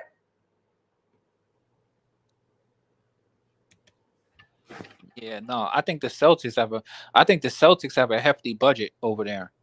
That's the reason why this is the main reason why I never really got into these details, because I've seen so many things happen in the NBA I never thought could happen. Like, remember when the Nets got KD, Kyrie, James Harden? I'm like, how they getting all these dudes? You know what I mean? The Suns got 3 dudes on max contract: Bradley Beal, Devin Booker, KD, and I'm like, well, why all these other dudes playing? Like, that's the thing I don't understand, why these dudes want to go play for the Lakers. Like, you're not making money over there. Why even want to be there? If that's the case, if I need to make money, I need playing time, and I don't want to be a scapegoat, well, I don't know why I want to play over there. You know what I mean? Y'all do what y'all do. Let me go someplace where I can actually play, do some things. Meanwhile, you have other teams out here doing sensible stuff, like, if you take a look at the Knicks, or you take a look at let's not even look at the Knicks. Let's take a look at, like, the Orlando Magic. I know the Orlando Magic budget isn't stretched out because they got a bunch of young players. You know what I mean? Okay, I could give you everybody that's supposed to be over the cap. They're over the cap, but they're not in the apron. Okay. You got Atlanta. You got Brooklyn. Charlotte's Brooklyn's over the cap. You know why Brooklyn's over the cap? Because they got all that money tied up in Bum Simmons, who's definitely overpaid. Yeah. Charlotte, the Bulls, the Cavs, the Mavericks, the Pistons, the Warriors. It's over the cap. Wow. The Rockets, the Pacers, the Clippers, I don't understand. Pelicans. I told you the Pelicans was over the cap. The Knicks. I could see the Clippers being over the cap. It's hard for me to see the OKC Thunder. I can't see how the Pistons are over the cap. I can't see how the Cleveland Cavaliers are. Like, you know what I'm saying? Like, some of this shit don't even make sense to me. I'm not going to get into the details of it, but I get you. But remember, some of them are probably over from buying players out, Right. and they You're right, because they're players who've been on the books yeah, for years, and they yeah. still got to pay them. I get that part. You know what I mean? The And also Magic, trades. yeah, the Magic, Sixers, Portland, San Antonio, they definitely over the cap because they was buying them. Let me mind my business. Uh, The Kings, the Raptors, and the Wizards, Shit, which that's like half the fucking league. yeah. Then we go over teams that are currently over the first apron. Honorary class. You got the Nuggets, you got the Lakers, you got the Grizzlies, you got the Miami Heat, and you got the Bucks. The honorary second apron team is currently the Boston Celtics, the world champions. You got the Timberwolves, and I know why they are over, but I'm minding my business there. And the fantastic Phoenix Suns with a no trade clause and Bradley Beal. Enjoy. That was a. Oh, I couldn't work in the NBA. I'll be honest with you. A lot of this shit makes no fucking sense. There's two places I probably couldn't work. I couldn't work in the NBA because I'd be baffled at the shit that I'd be seeing over there regularly, and I couldn't do politics. Politics people. I want to get into the stock market because hey, listen, you will have your downtimes, but when it's up, it's up. The way I be stacking away money, I ain't got it. Well, Purple, I'm gonna tell you something. You could do that. I mean, the whole key thing of the stocks and stuff is just that first off, you gotta. This is the thing. So I don't know if you've started or got into it or anything like that. Here's the thing, right? Mm-hmm. So when you're talking about investments, this is the problem that some people have. Like I tried to get my mom started with like crypto and certain things, and she's just not built for it because you can't invest money and then need money at the same time. You follow what I'm saying? So you got to be savvy enough to say, all right, this is money I'm going to invest. And this isn't money that, you can't invest your rent money. You follow what I'm saying? You got to have that. You have to figure out your expenses, and you got to say, all right, this is money I'm going to put over here and let your money work for you. You can't be put it in and I need to get a new bag and I got to get groceries because you can't really make your money grow unless it actually has time to do it. So, that's the one thing first off, right? So that's smart. Once you figure out how to be financially savvy enough to say, all right, it's like you're putting money. It's like you're paying yourself. But if you put it into your bank, you're not making any money, and you're probably going to end up using that money. So it's better to put your money into something that's going to grow. So that's just your mental approach if you're going into the stocks. Stocks isn't really super hard though after that. You know what I mean? Once you understand a couple of basic principles, you know what I mean? Or you figure out what it is that you want to get. When you get into those financial spaces, it's just a matter of figuring out how much you're willing to lose before you say I'm out. You know what I mean? If my stock isn't performing, you could put a stop loss. You know what I mean? Say, hey, this stock was going XYZ. It's not really doing that anymore. Boom. You know what I mean? I'm out. You know what I mean? It doesn't make no sense for me to hang around. How long do you want to play around with your money? You know what I mean? If a stock is going in the right direction. So once you figure out how to do your stop losses and you're not taking that money out and you're allowing that money to grow, you'll do great with it. And the thing is, I already know you'll do great with it because it's just how you said that right there. Because you know what? I just got finished talking about a couple of things that don't make any sense to me. All right. That makes a lot more sense to me than them two fields I talked about. Basketball makes no sense. Basketball don't make no sense. And politics makes no sense to me. I also was looking into because I never really thought about it until like last year sometime. I was like, how to get a job, like you fill out the application, hopefully they call you back for an interview, but nowadays you got to call them because they're so busy. But another thing I was like interested in is like trying to get on which I know would probably be hard, but like to be somebody's assistant or whatever, like in the NBA or in the NFL, I feel like that would be hard because like it's easy once you're in. It's just about networking. Once you can figure out how to be in these circles, you know what I mean? Right. And you're a natural networker. But here's the thing, like to be in those circles, you need to make sure you're looking presentable. You need to be right. It's about the people you know. It's not about what you know. It's about who you know. You know what I mean? And then after it's who you know, then it becomes about, what you know and what you can offer. So you have to spend money. You might have to spend money to make sure make sure that you're on point. And then make sure that you're able to go places. So that would be money that you would say, all right, let me set aside money so I can travel. Let me set aside money so I can network, go meet people, move and shake. and stuff like that. And you gotta pay. You gotta pay to play. That's pretty much how the game is. That's the reason. That's the reason why you have people in like New York is a great city to go to, and LA, because you're gonna. There's people there that you can meet. You can meet somebody who's impactful. You can build your network so quick in those two cities. You know what I mean? Exactly. Yeah, it was just something because I was like, man, maybe I should have tried a career since I like sports so much. I was like, man, that's not an easy job to be a GM, but I feel like I would have fun doing something like that. Well, like, something. I would be bummed out. Speak to you all the time. You seem to every time I'm on here, you're very knowledgeable. In fact, have you ever played fantasy sports? I should invite you to some fantasy basketball. Listen, it ain't for the weak. I'm good at it. I need to find. I'm gonna actually. I always used to commission my leagues, and I've stopped doing that the past few years because I ended up having to deal with some personal issues and stuff like that. So now I just kind of play leagues. But I'm looking to start another league, and I like people who are knowledgeable, who make sense. You know what I mean? So the league could be competitive and not crybabies, because some people are dope until they start losing. You know what I mean? Or they're used to being good in weak leagues that they're not playing against no competition. You know what I mean? Like it's dope when you play in a league where everybody's on point. Where you're like, man, I was just seeing this dude trending. You know what I mean? And they got my dude. You know what I mean? Like you can't eyeball dudes for too long. You know what I mean? You're like, I like those if you snooze you lose kind of leagues. You know what I mean? Where everybody is knowledgeable, and you know what I mean? Like it's only a matter of time for somebody, gets those dudes. You know what I mean? So it's like I like it when there's disparity. You know what I mean? When there's actually people who have sense and can make their own decisions. I think that you'd be good at that because you're super dope as far as like your passion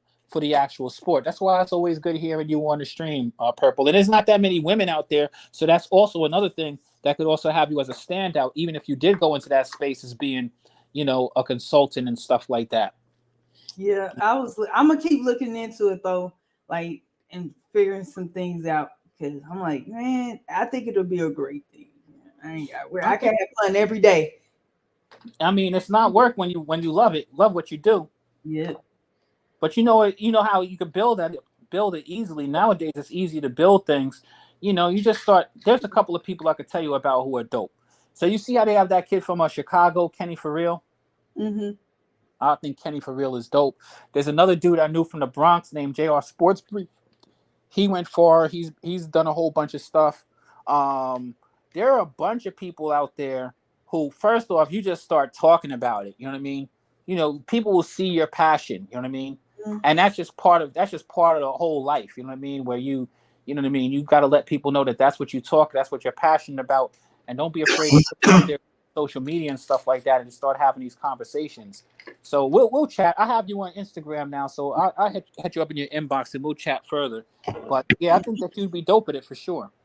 All right, Flight. I need you to wake up because I need you to ask you what time you coming on tomorrow. If I see he always go to sleep. Well, it's kind of late, so. Yeah, I know. That's why I asked what time. Because are you coming in like at 6:30, 5:30? What time you gonna be streaming? It's so crazy. You said what time is the line? What time does the draft start?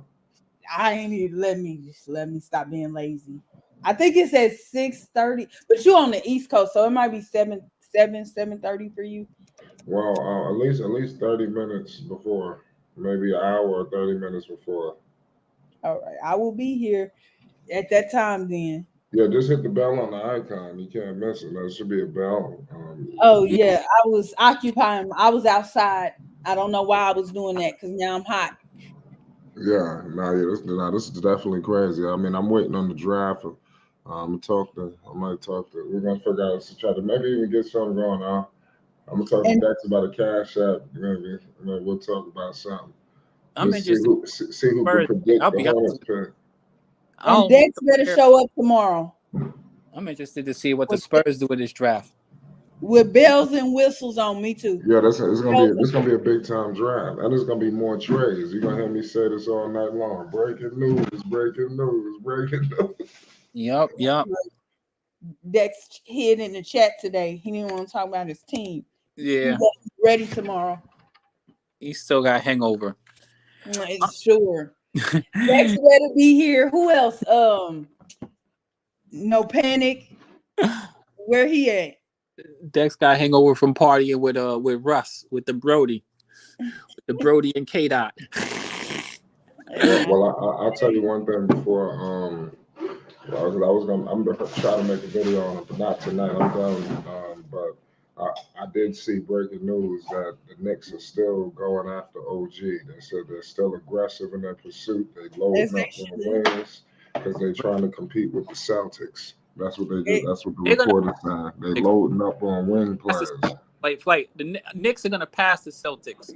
I'm calling it now. Yo, let me tell you something. They keep OG, it's over. Nah, we're gonna pass the Celtics. I'm gonna be honest with you. I think that we're way deeper. The Celtics got they starting 6 or whatever, you know what I mean, which is good, but I don't think Al Horford's gonna be around forever. The Bron dude, we already looked, they got a bunch of dudes on there who are underpaid because they're over the cap. I mean, at least with what they have going on there. I don't see them being able to really get a whole bunch of better than what they are. The Knicks are way deeper than them. We got every position on the Knicks. And dudes who ain't soft. And play just as good defense as the Celtics, if not better. You got shot blockers. You got scorers. There's a lot of dynamic players over there. Mikal Bridges. You got dudes with guts who play in the clutch. I mean, DiVincenzo was hella impressive this postseason. Come on. DiVincenzo's a dog. Josh Hart is a dog. You know what I mean? Like, I mean, those dudes are dogs. Jalen Brunson's a dog. You're gonna have a healthy Julius if they keep him and we see what's going on. We're still monitoring some things around there, but I think the Knicks are gonna be in good shape, bro. I mean, their team is as solid as any team in the whole NBA. They got dudes you don't need points out of. You don't really need points out of Hartenstein. You don't really need points out of Mitchell. You know, McBride could have a mediocre game and still come out and drop 5 or 6 threes. You know what I mean? Like, I like the Knicks, man. There's not a player on the Knicks that I'm not effing with. Anyway, fellas, I'm out. It's after 12:30. I gotta get my beauty sleep over here. Listen, we're gonna pull back up tomorrow. It says 7:30 flight. The draft starts at 7:30, or is that the pre-show? It starts at 7:30. Okay, so expect me to be live by 6:45. Just off the top of my head, we're gonna go live tomorrow at 6:45. And everybody better show up. Yeah, 45-minute pre-show. And then we're getting ready. We got the Hornets, man. We got a major selection. This is the draft of a lifetime.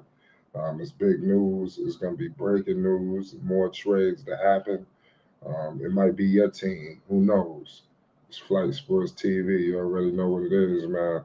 Every player that you see that has come, that has come around, and you think that they're nice and they're the greatest of all time, they all had to walk this stage. That's going to happen in less than 24 hours. I can't wait to tune in with the draft and cover it with the people. You already know the Charlotte Hornets is on the clock. Who will be LaMelo Ball? Who will be LaMelo Ball's new teammate? That's going to be the $1 million question. It's Flight Sports TV. Flight Sports TV, man. That's my dude. I rolls with him. You heard what the man said. It's Flight Sports TV.